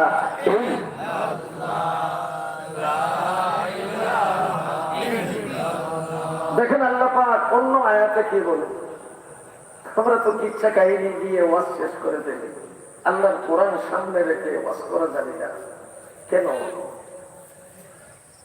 কোরআন দ্বারাই তো বেশি নেকি অর্জন করা যায়, কোরআন দ্বারাই তো বেশি উপকৃত হওয়া যায়। পৃথিবীর বুকে এমন কোন খাত্তাব বলেন তরবারি হাতে নিয়া যে বলবে মুহাম্মদুর রাসূলুল্লাহ ইন্তেকাল করেছেন, মাথা দু টুকরা করে দেব। আবু বকর সিদ্দিক রাদিয়াল্লাহু তাআলা আনহু শুধুমাত্র দৌড় দিয়ে আসলেন, উমরের সামনে দাঁড়িয়ে বললেন, উমর আমার কথা শোনো, ওমা মুহাম্মাদুন ইল্লা রাসূল قد خلت من قبله الرسل سبحان الله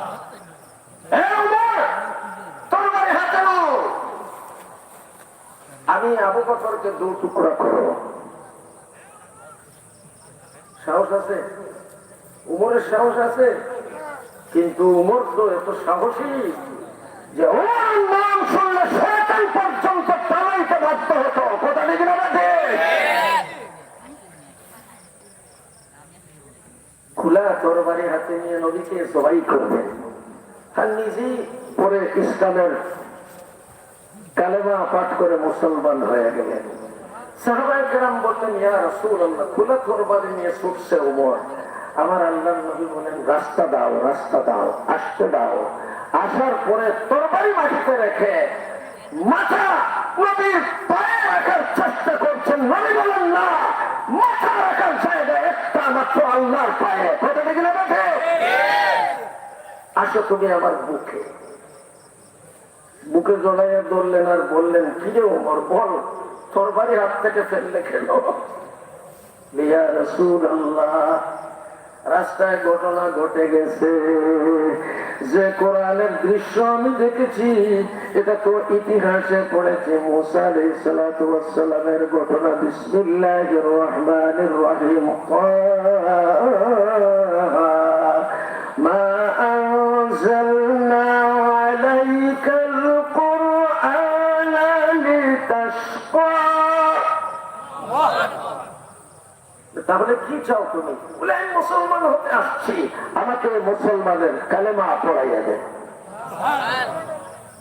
তরবারিটা হাত থেকে উঠে বললেন, হে মক্কাবাসী, আমি মুহাম্মদের দরবারে এসে কোরআনের কালেমা গ্রহণ করে এবার তরবারি হাতে উঠে বলছি, যে মুহাম্মদকে কিছু বলবে, আল্লাহকে কিছু বলবে, কোরআনের ইসলামের বিরুদ্ধে কিছু বলবে, মাথা দু টুকরা করে দেব, আমার বাবা হলেও। আওয়াজটা মক্কায় গিয়ে বসলো। আবু জেহেল চিন্তায় পড়ে গেল, পাঠাইলাম 100 উট তাকে দান করব জজবা দিয়ে, আর গিয়ে দেখা যায় 100 উটের মহব্বত ছাড়িয়া এবার তার জানটাও দিয়ে দিল নিরাকার আল্লাহর হাতে। মুহাম্মদের কালেমা পড়ে সে মুসলমান হয়ে গেল। কি করা যায়? করছে কি? আল্লাহ চাইলে পারে কি পারে না? পারে কি পারে না? আমরা কোরআন বুঝি না, কোরআনে যে কি শক্তি রয়েছে। আল্লাহু আকবার। একটা উদাহরণ দিয়ে আমি সামনে যাব। বর্তমান বিশ্বের বুকে সবচেয়ে সুপার পাওয়ার কোন দেশের সরকার? আমেরিকা। এটা সুপার পাওয়ার না, এটা সেটের পাওয়ার। কেমনে? আল্লাহ বলেন, আমি না। আল্লাযীনা আমানু ইউকাতিলুনা ফী সাবিলিল্লাহ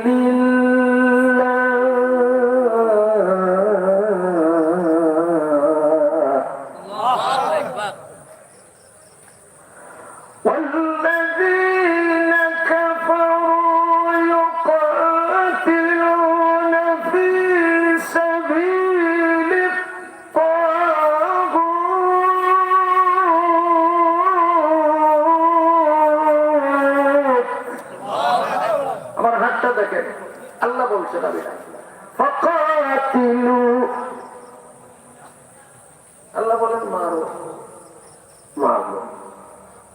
আগে হুজুরে বললো তাকওয়া অবলম্বন করবো, আর এখন বলে মারো। মারামারি তো ঠিক না, কথা বলেন না। জানে আসছে আপনাদের মতো হাজারো মাদ্রাসা নয়, লক্ষ মাদ্রাসা ধ্বংস করার জন্য একটা মাত্র দেশ পৃথিবীর সমস্ত ইহুদ আর নাসারারা মাদ্রাসা দিয়ে উঠেছে। সেজন্য মাদ্রাসা রক্ষা করা দরকার, আছে না নাই? কি দিয়ে করবেন? ফিরা কি দিয়ে? তসবিজ হবে? আল্লাহ বলেন না, তসবিজ হওয়া দরকার, কিন্তু আগুন গড়ে লাগলে তসবিজ হলে আগুন নিবে না, সেখানে পানি মারতে হবে। কথা বলেন না। কারি সাহেব তো আসতে বলবে বলে জুড়ে চলিয়ে গেল।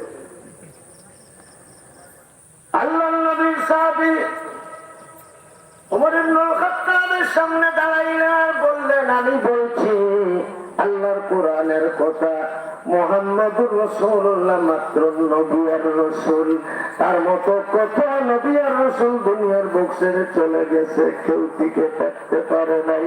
আল্লাহ আছেন, থাকবেন, ছিলেন, তার মউত নাই। লা ইলাহা ইল্লাল্লাহ।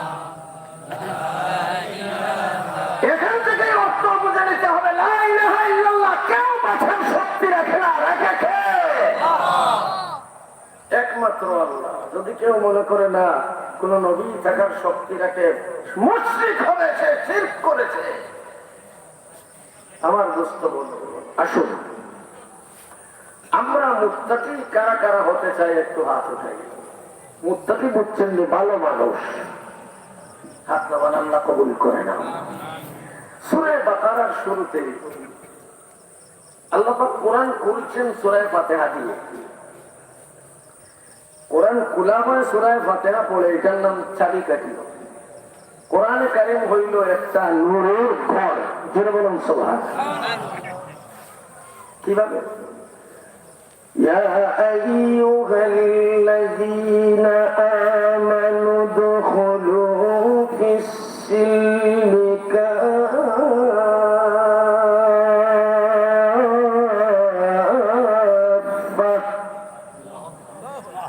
ولا تتبعوا خطوات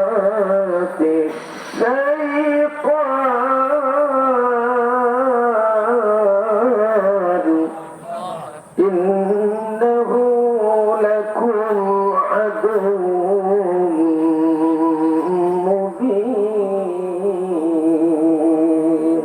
শয়তানকে আমরা দেখতে পাই না, সে এত দুশ্মন, সে ওয়াদা করে আসছে, হে আল্লাহ, আমি যখন জাহান্নামের খাতায় নাম লিখাইয়া দিয়েছি, তাহলে তোমার বান্দাদেরকে আমি শান্তিতে বাস করতে দেব না।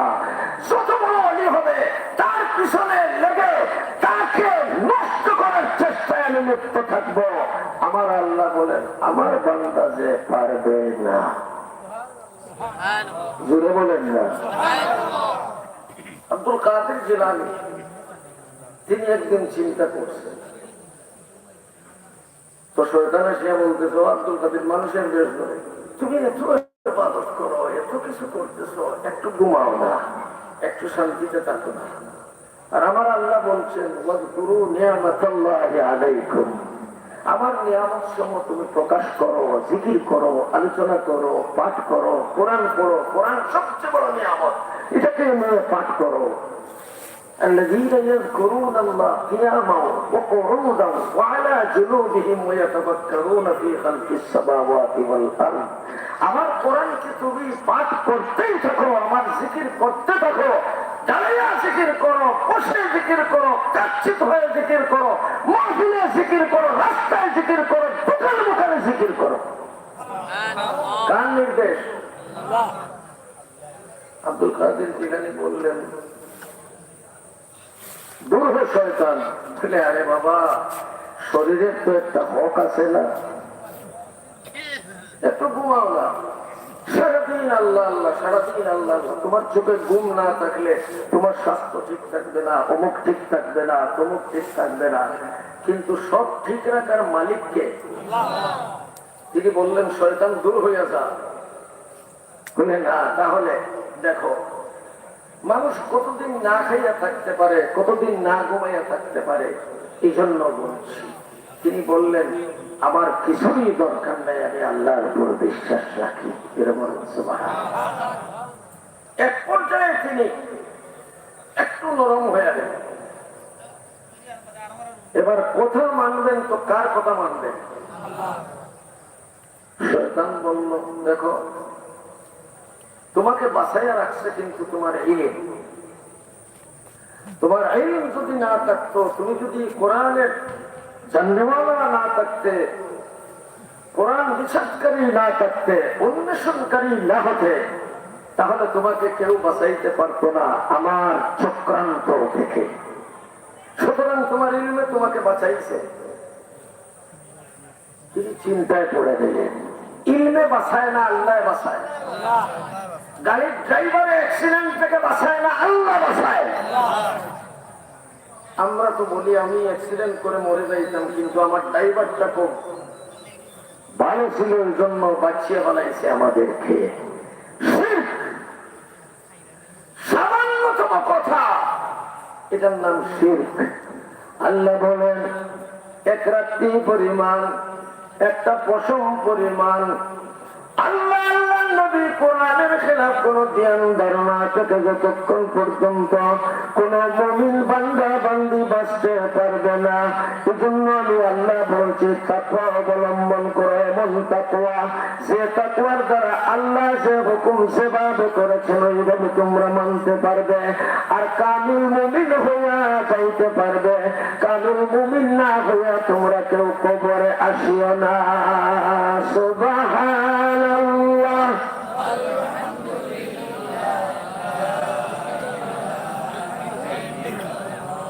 এক বেটা বাজি করছে আরেক বেটার লোকে, কয় আমি লাভ দিয়া পড়িয়া বাঁচতে পারবো। মুসলমান বলছে আমিও পারবো। আগে হিন্দু বেটায় লাভ দিছে, ভগবান আমারে বাঁচাইস বলিয়া লাভ দিছে, বেটা বাচ্চা গেছে। তার ধারণা ছিল অটুট। আর হুজুর যখন আসছে লাভ দিবে, তো নিচের দিকে তাকাইয়া দেখে বাবা এত নিচে জমি আর পাহাড় থেকে আমি লাভ দেব, আমি তো মরে যাব। ভয় পাইতেছে, কিন্তু দুইজনে তো বাজি ধরছে। এবার লাভ দেওয়ার সময় বলে আল্লাহ তুমি বাঁচাইও, তুমি যদি না পারো ভগবান বাঁচাইও। আল্লাহ কয়টা হইল? আমি সূরা ইখলাস পড়াইছি। বিসমিল্লাহির রাহমানির রাহিম। কুল হুয়াল্লাহু আহাদুন আল্লাহুস সামাদ লাম ইয়ালিদ ওয়া লাম ইউলাদ ওয়া লাম ইয়াকুল লাহু কুফুয়ান আহাদ। আরো 10 পারার সব পেয়ে গেল। হে নবী আপনি বলুন আমি এক আল্লাহ, আমি এত শক্তিশালী, এক আল্লাহর উপরে যদি 100 ভরসা রাখে আমি আল্লাহই বাঁচাই। কোথা থেকে না দেখে আমার কোন শরীর নেই, আমি কারো থেকে জন্মাই নেই, আর আমার থেকেও কাউকে জন্ম দেই নাই, আর আমার কোন মিশাল নাই। সুবহানাল্লাহ। এত বড় কথা বললেন আল্লাহ সূরা ইখলাসের ভিতরে। এবার হযরতে আবু বকর সিদ্দিক রাদিয়াল্লাহু আনহু বললেন ওমর তরবারি হাতে নাও, মারো আমাকে। তরবারি হাতে উঠাবেন তো দূরের কথা, তরবারের দিকে তাকাচ্ছেন না। বলছেন ভাইজান আমি এই আয়াত জানতাম, আমিও তো হাদিসে কোরআন, কিন্তু নবীর মৃত্যুকে আমি মেনে নিতে পারছিলাম না। এখন আপনি যে বলছেন মনে হচ্ছে, মনে হয় এই মুহূর্তে এই আয়াত নাযিল হচ্ছে। কথাগুলো খুব গভীর চিন্তা করে জানতাম। হঠাৎ করে আমরা হায়রান আর পরিষ্কার হয়ে যাই, হায় এই মানুষটা মূল্য কেমনে। فكيف إذا جمعناهم ليوم لا ريب فيه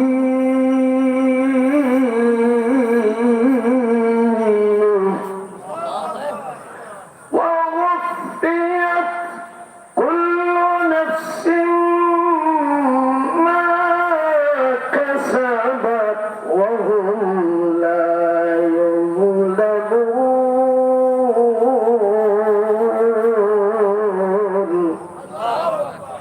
قل اللهم مالك الملك سبحان الله পৃথিবীর মালিককে আওয়াজ করে বলতে হবে, আসমানের মালিককে, জমিনের মালিককে, মুসলমানের মালিককে, হিন্দু বৌদ্ধ খ্রিস্টান সৃষ্টি জগতের মালিককে।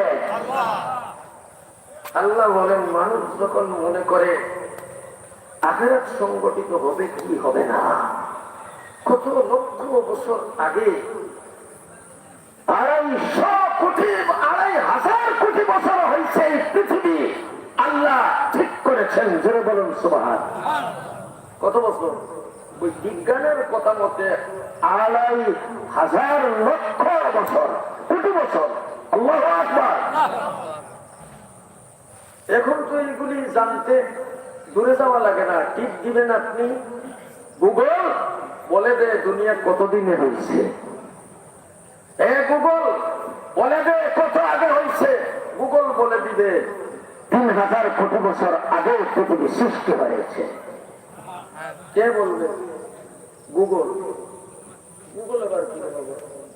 এই যে দেখেন সেটটা কালো মোবাইল, গুগলকে প্রশ্ন করলে সব পাওয়া যায়। আপনি জিজ্ঞেস করেন সৃষ্টিকর্তার নাম কি, গুগল বলে দিবে যাকে দেখা যায় না, যাকে শোনা যায় না, কিন্তু অনুভব করতে হবে তুমি ছাড়া আর কেউ সৃষ্টি করতে পারে না। লা ইলাহা ইল্লাল্লাহ। আমার উস্তাদ আরিফ বিল্লাহ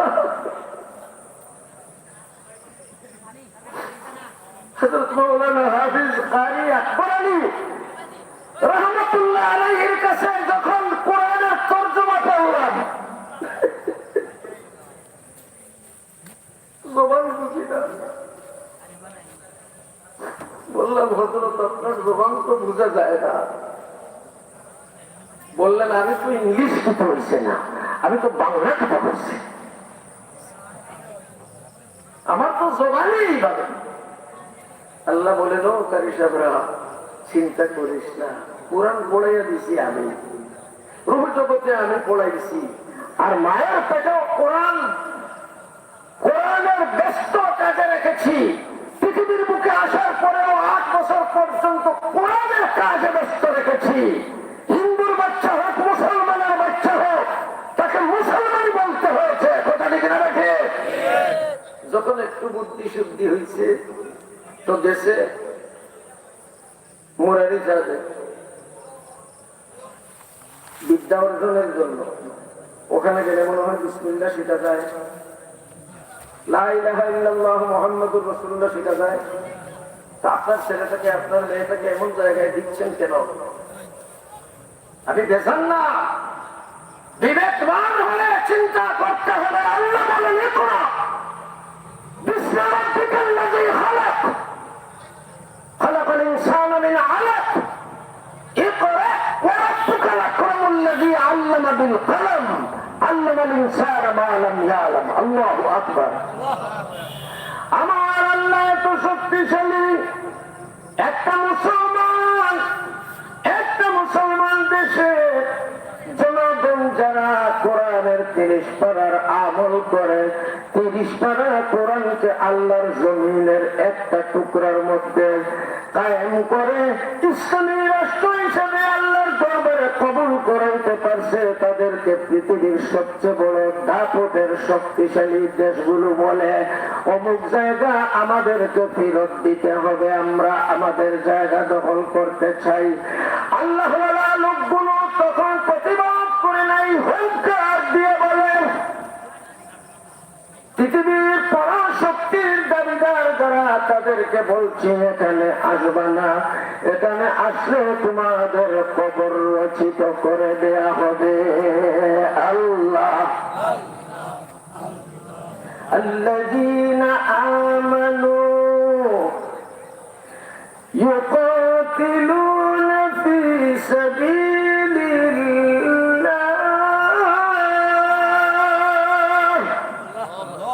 আমার আল্লাহ বলেন যারা আমার রাস্তায় জালেম কাফির হোক না সারা বেঈমান শয়তান নফসের মোকাবেলা করে, আমি আল্লাহ বলছি তারা হইল আমার পক্ষ থেকে হিজবুল্লাহ, তারা হইল আমার সোলজার। তাদের সঙ্গে পৃথিবী নয়, এরকম আরো 10টা পৃথিবী বানিয়ে যদি সবাইকে আমেরিকার শক্তির মতো শক্তিধর বানাইয়া দেয়, একটা মাত্র হুঙ্কারের সামনে মুসলমানের একজন বাচ্চার হুঙ্কারের সামনে টিকে থাকতে পারে না। আমার আল্লাহ বলেন ওদের শক্তিটা হলো মাকড়সার জালের মতো, যেভাবে মাকড়সার জালটা হাতে লেগে গেলে মাথায় লেগে গেলে যেভাবে ছিঁড়ে ফুলে শেষ হয়ে যায়, কোন শক্তি থাকে না, কোন বাসা থাকে না, তার জাল বাকি থাকে না। আমি আল্লাহ বলে দিলাম ওদের শক্তিটাও কালেমার কথা মতে এত দুর্বল। আমার আল্লাহ বলেন দুর্বলদেরকে মারিয়া লাভ নাই, বরং যারা শয়তানের দাবিদার, শক্তির দাবিদার, ওদেরকে মেরে ফেলার জন্য আমি আল্লাহ বলছি টুটি টুংরা মারিয়া লাভ নাই, পারলে বড় বড় বোয়াল মারো। আল্লাহু আকবার। আল্লাহ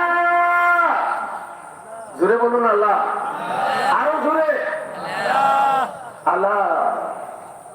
আলা ইন্না আউলিয়া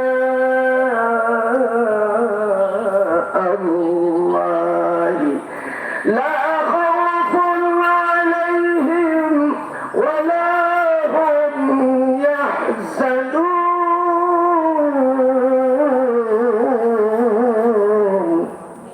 আমার আল্লাহ বলেন যারা আমার ওলি হইছে তাদের জন্য কোনো দুশ্চিন্তার কারণ নাই, ভয়েরও কোনো কারণ নাই। আল্লাহ আল্লাহ আল্লাহ আল্লাহ আল্লাহ আল্লাহ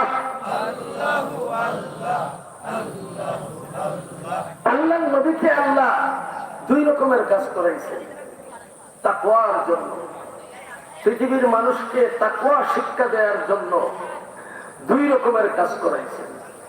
একটা হইল নরম নরম আওয়াজ দিয়ে, নরম নরম কাজ দিয়ে, নরম নরম নিয়ম দিয়ে, আর এটা করাইছেন 13 বছর। জুড়ে বলেন না সুবহানাল্লাহ। কত বছর মনে রাখবেন খুব ভালো করে। নবীকে 13 বছর পরে হঠাৎ করে আল্লাহ বললেন ও নবী আপনাকে হিজরত করতে হবে। বলে আল্লাহ আমি রাজি, তবে মন চায় মক্কায় যেন থেকে যাই। বলে কেন? বলে এখানে থাকলে 2টা ফায়দা। আল্লাহ বলেন আমি জানি ফায়দা। একটা হলো আমার ঘরে নামাজ পড়লে 1 রাকাতে 1 লক্ষ রাকাত নামাজের সওয়াব, তাই তো? বলে জি আল্লাহ।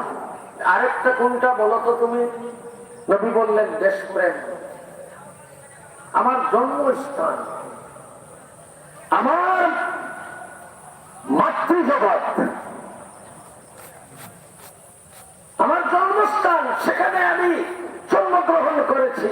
আমরা পাকিস্তানে জন্মগ্রহণ করছি না লন্ডনে না আমেরিকায় না বাংলাদেশে? দেখি আমরা কারা, দেখি আমরা কারা।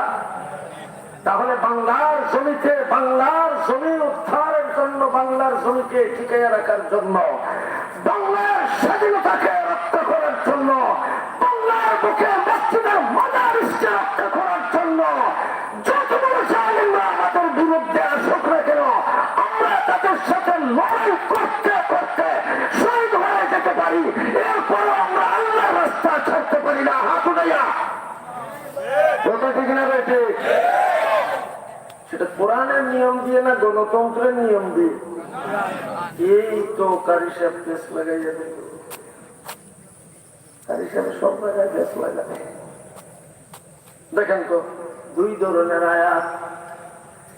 আল্লাহ বলেন উদখুলু ফিস-সিলমি কাফা ওয়ালা তাত্তাবিউ খুতুওয়াতিশ শাইতান ইন্নাহু লাকুম আদুউম মুবিন। আমি বারবার আয়াত পড়ছি আর আপনারা সওয়াবের বস্তা পাইতেছেন।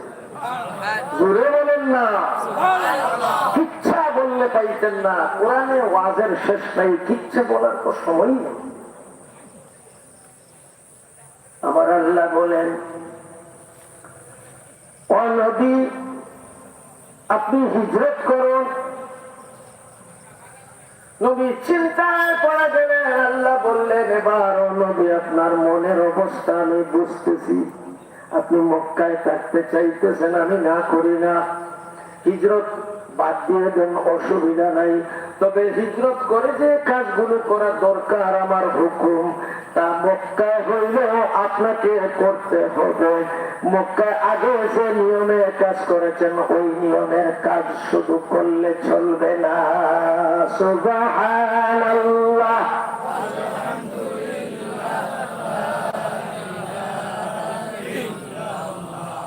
আল্লাহ হঠাৎ করে জিবরিলকে পাঠিয়ে দিলেন। আপনারা নতুন শুনেন নাই, আমি আরো বহু শোনাইছি আপনাদের এই ঘটনাগুলো। যে আমরা মনে করি না বাবা আমাকে মারতেছে, আমি মার খাইতে থাকি। আমরা মার খাওয়ার জন্য আসছি না মার দেওয়ার জন্য? আমরা মার খাওয়ার জন্য আসছি, মার দেওয়ার জন্য আসছি। হাত উঠাইয়া কথা ঠিক না বেশি? কিন্তু আপনি যদি গণতন্ত্রের নিয়ম মানেন তাহলে মার খাবেন ছাড়া মার দিতে পারবেন না। আয়াত করতেছে বাবা, এবারে শুধু আয়াত করে, আয়াত ছাড়া তো দলিল হবে না। একটা কথা তো কারি সাহেব নিজের পক্ষ থেকে বলে নাই, যা বলছি কোরআন থেকে বলছি। এজন্য কোন রাজা বাদশা, কোন রেড সিটা পুলিশ, কোন কোরআনটাকে ভয় করে বলি না, আল্লাহকে ভয় করে কোরআনের কথা বলি। সারা জীবন বলে আসছি, গোয়েন্দারা বসিয়ে রয়েছে, রিপোর্টাররা বসিয়ে রয়েছে, রিপোর্ট লিখবে। আমি চিন্তা করলাম রিপোর্ট লিখতেছে তো রিপোর্টের একটা আয়াত পড়ে শুনতেন নি? وَإِنَّ عَلَيْكُمْ لَحَافِظِينَ كِرَامًا كَاتِبِينَ يَعْلَمُونَ مَا تَفْعَلُونَ।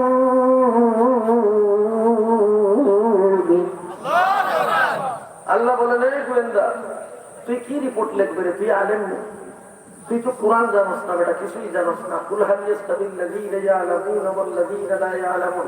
কারি আব্দুল মতিন কি বলতেছে আসিরগঞ্জি, তা তো তুই জানোস না বেটা। সত্য বলছে না মিথ্যা বলছে, তুই আমার রিপোর্ট লিখবে কি বেটা? আমি তো আল্লাহ আগেই জানি, এই জন্য খাঁটি রিপোর্টার দুই কাজে দুজনকে ঠিক করে রেখে দিয়েছি। কে রাখছে? আল্লাহ। আল্লাহর কোরআন দ্বারা সমাধান পাবো না মানুষের লেখা দ্বারা, মানুষের আইন দ্বারা? আল্লাহ বলে ইয়া আইয়ুহাল্লাযীনা আমানু লা তাত্তাখিযু আবাআকুম ওয়া ইখওয়ানাকুম আউলিয়া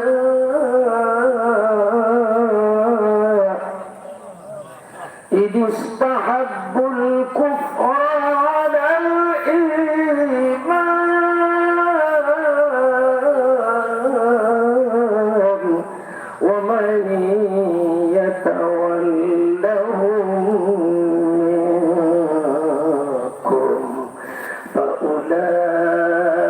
أولئك هم الظالمون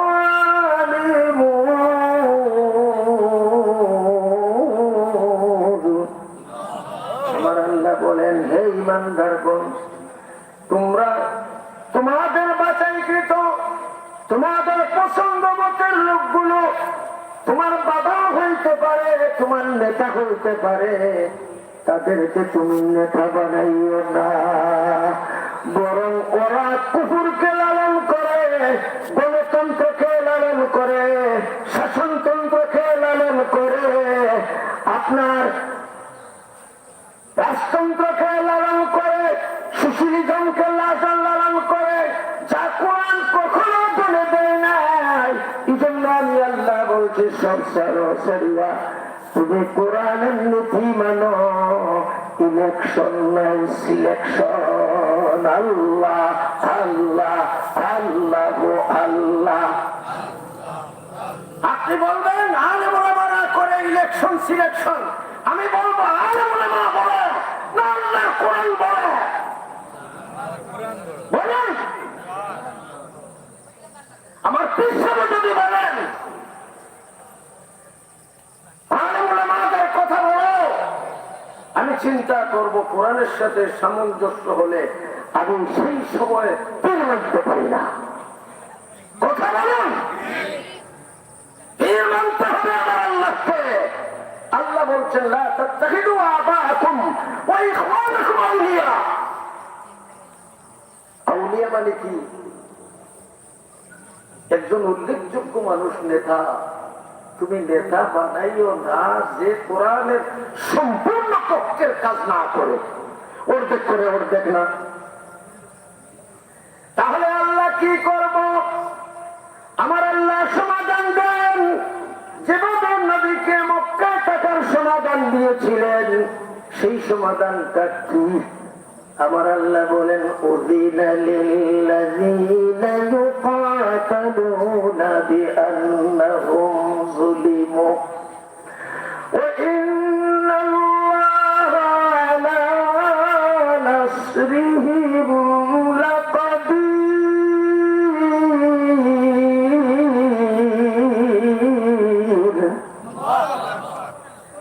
الذين أخرجوا من ديارهم بغير حق إلا أن يقولوا ربنا الله ولولا دفع الله الناس بعضهم ببعض ببعض لهدمت صوامع وبيع وصلوات ومساجد يذكر فيها اسم الله كثيرا ولينصرن الله من ينصره والله لا يهدي القوم الفاسقين.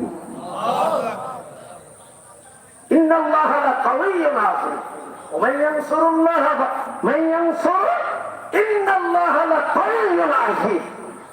আল্লাহ বলেন, ও নবী থাকেন মক্কায়, কোনো অসুবিধা নেই, তবে আগে মার খাইয়া আপনি সহ্য করছেন, এবার মার খাইয়া সহ্য করলে কোরআনের অপমান হবে, ইসলামের অপমান হবে, আমি আল্লাহর অপমান হবে। বিদায় আপনি তাদেরকে বুঝানোর পরে যদি ইসলামের বিরুদ্ধে সোচ্চার হয়ে দাঁড়ায়, তার হাত ভেঙে দিতে হবে, তার জল বন্ধ করে দিতে হবে।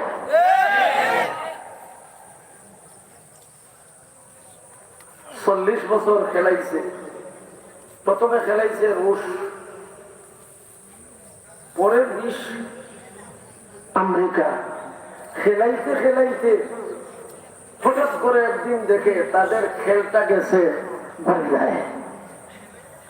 মোল্লারা হাত থেকে তরবারি ফেলে দিয়ে এবার নারায়ে তাকবীর আল্লাহু আকবারের ধ্বনি দিয়ে কাবুল দখল করে ফেলছে।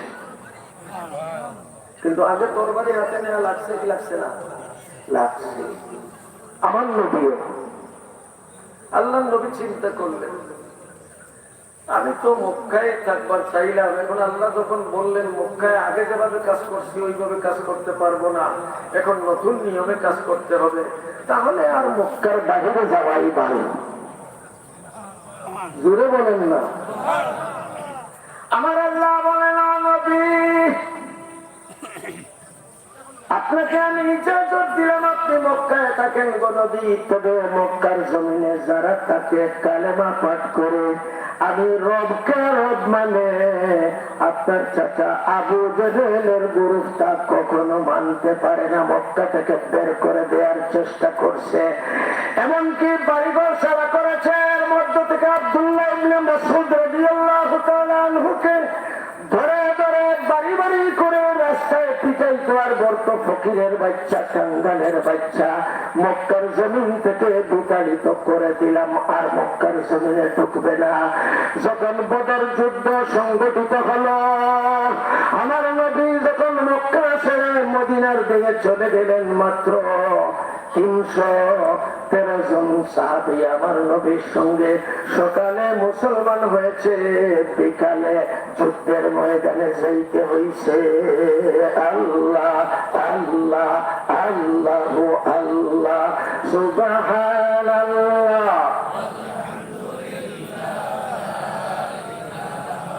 কারিসাবের মতো যারা 66 বছর বয়স চলতেছে,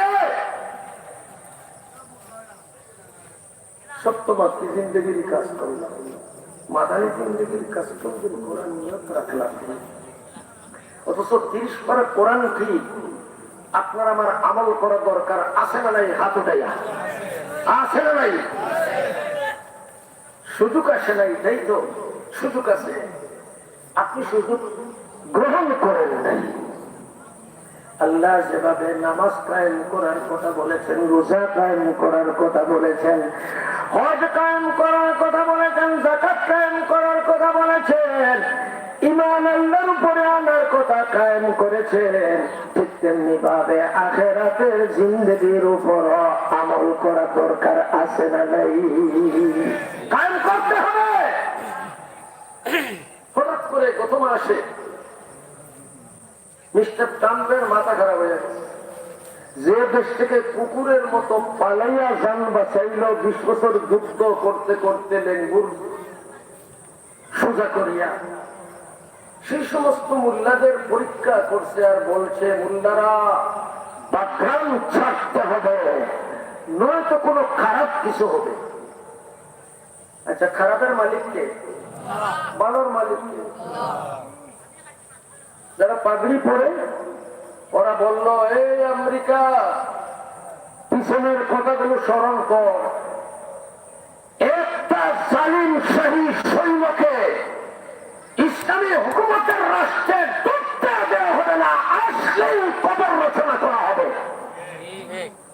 এখন ঠান্ডা না গরম? একেবারেই ঠান্ডা। তাহলে সুপার পাওয়ার না সেভের পাওয়ার? আবার আল্লাহ বলেন ওই কোরআনের কথা মানো, তুমি যদি পিসাব হও তোমাকেও 30 পারা কোরআনের আমল করতে হবে। তুমি যদি ওলিয়া উলিয়ার দাবিদার হও তাহলে 30 পারা কোরআনের আমল করতে হবে। এছাড়া তুমি যে জমিনে বাস করতেছ ওই জমিনটাও আমার, ওই আমেরিকাটাও আমার। যদি কোন হুকুমত থাকে আমার হুকুমত থাকবে, কোন বান্দা বান্দি কোন সৃষ্টি মাখলুকের কোন অধিপত্য থাকতে পারে না, অধিপত্য থাকবে তো আমি আল্লাহ। আল্লাহ আল্লাহ আল্লাহ আল্লাহ সুবহানাল্লাহ।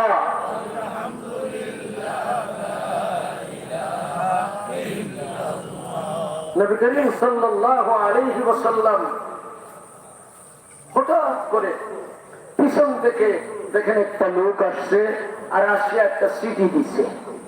খুব ভালো করে মনে রাখার চেষ্টা করবেন। সাহাবায়ে কেরাম চিঠি পড়ছেন, পড়িয়া দেখলেন যে মক্কাবাসী জালেম আবু জেহেল বলছে, হে মুহাম্মদ আর মুহাম্মদের সন্তানেরা, ইতিহাস বলছে কারিশানের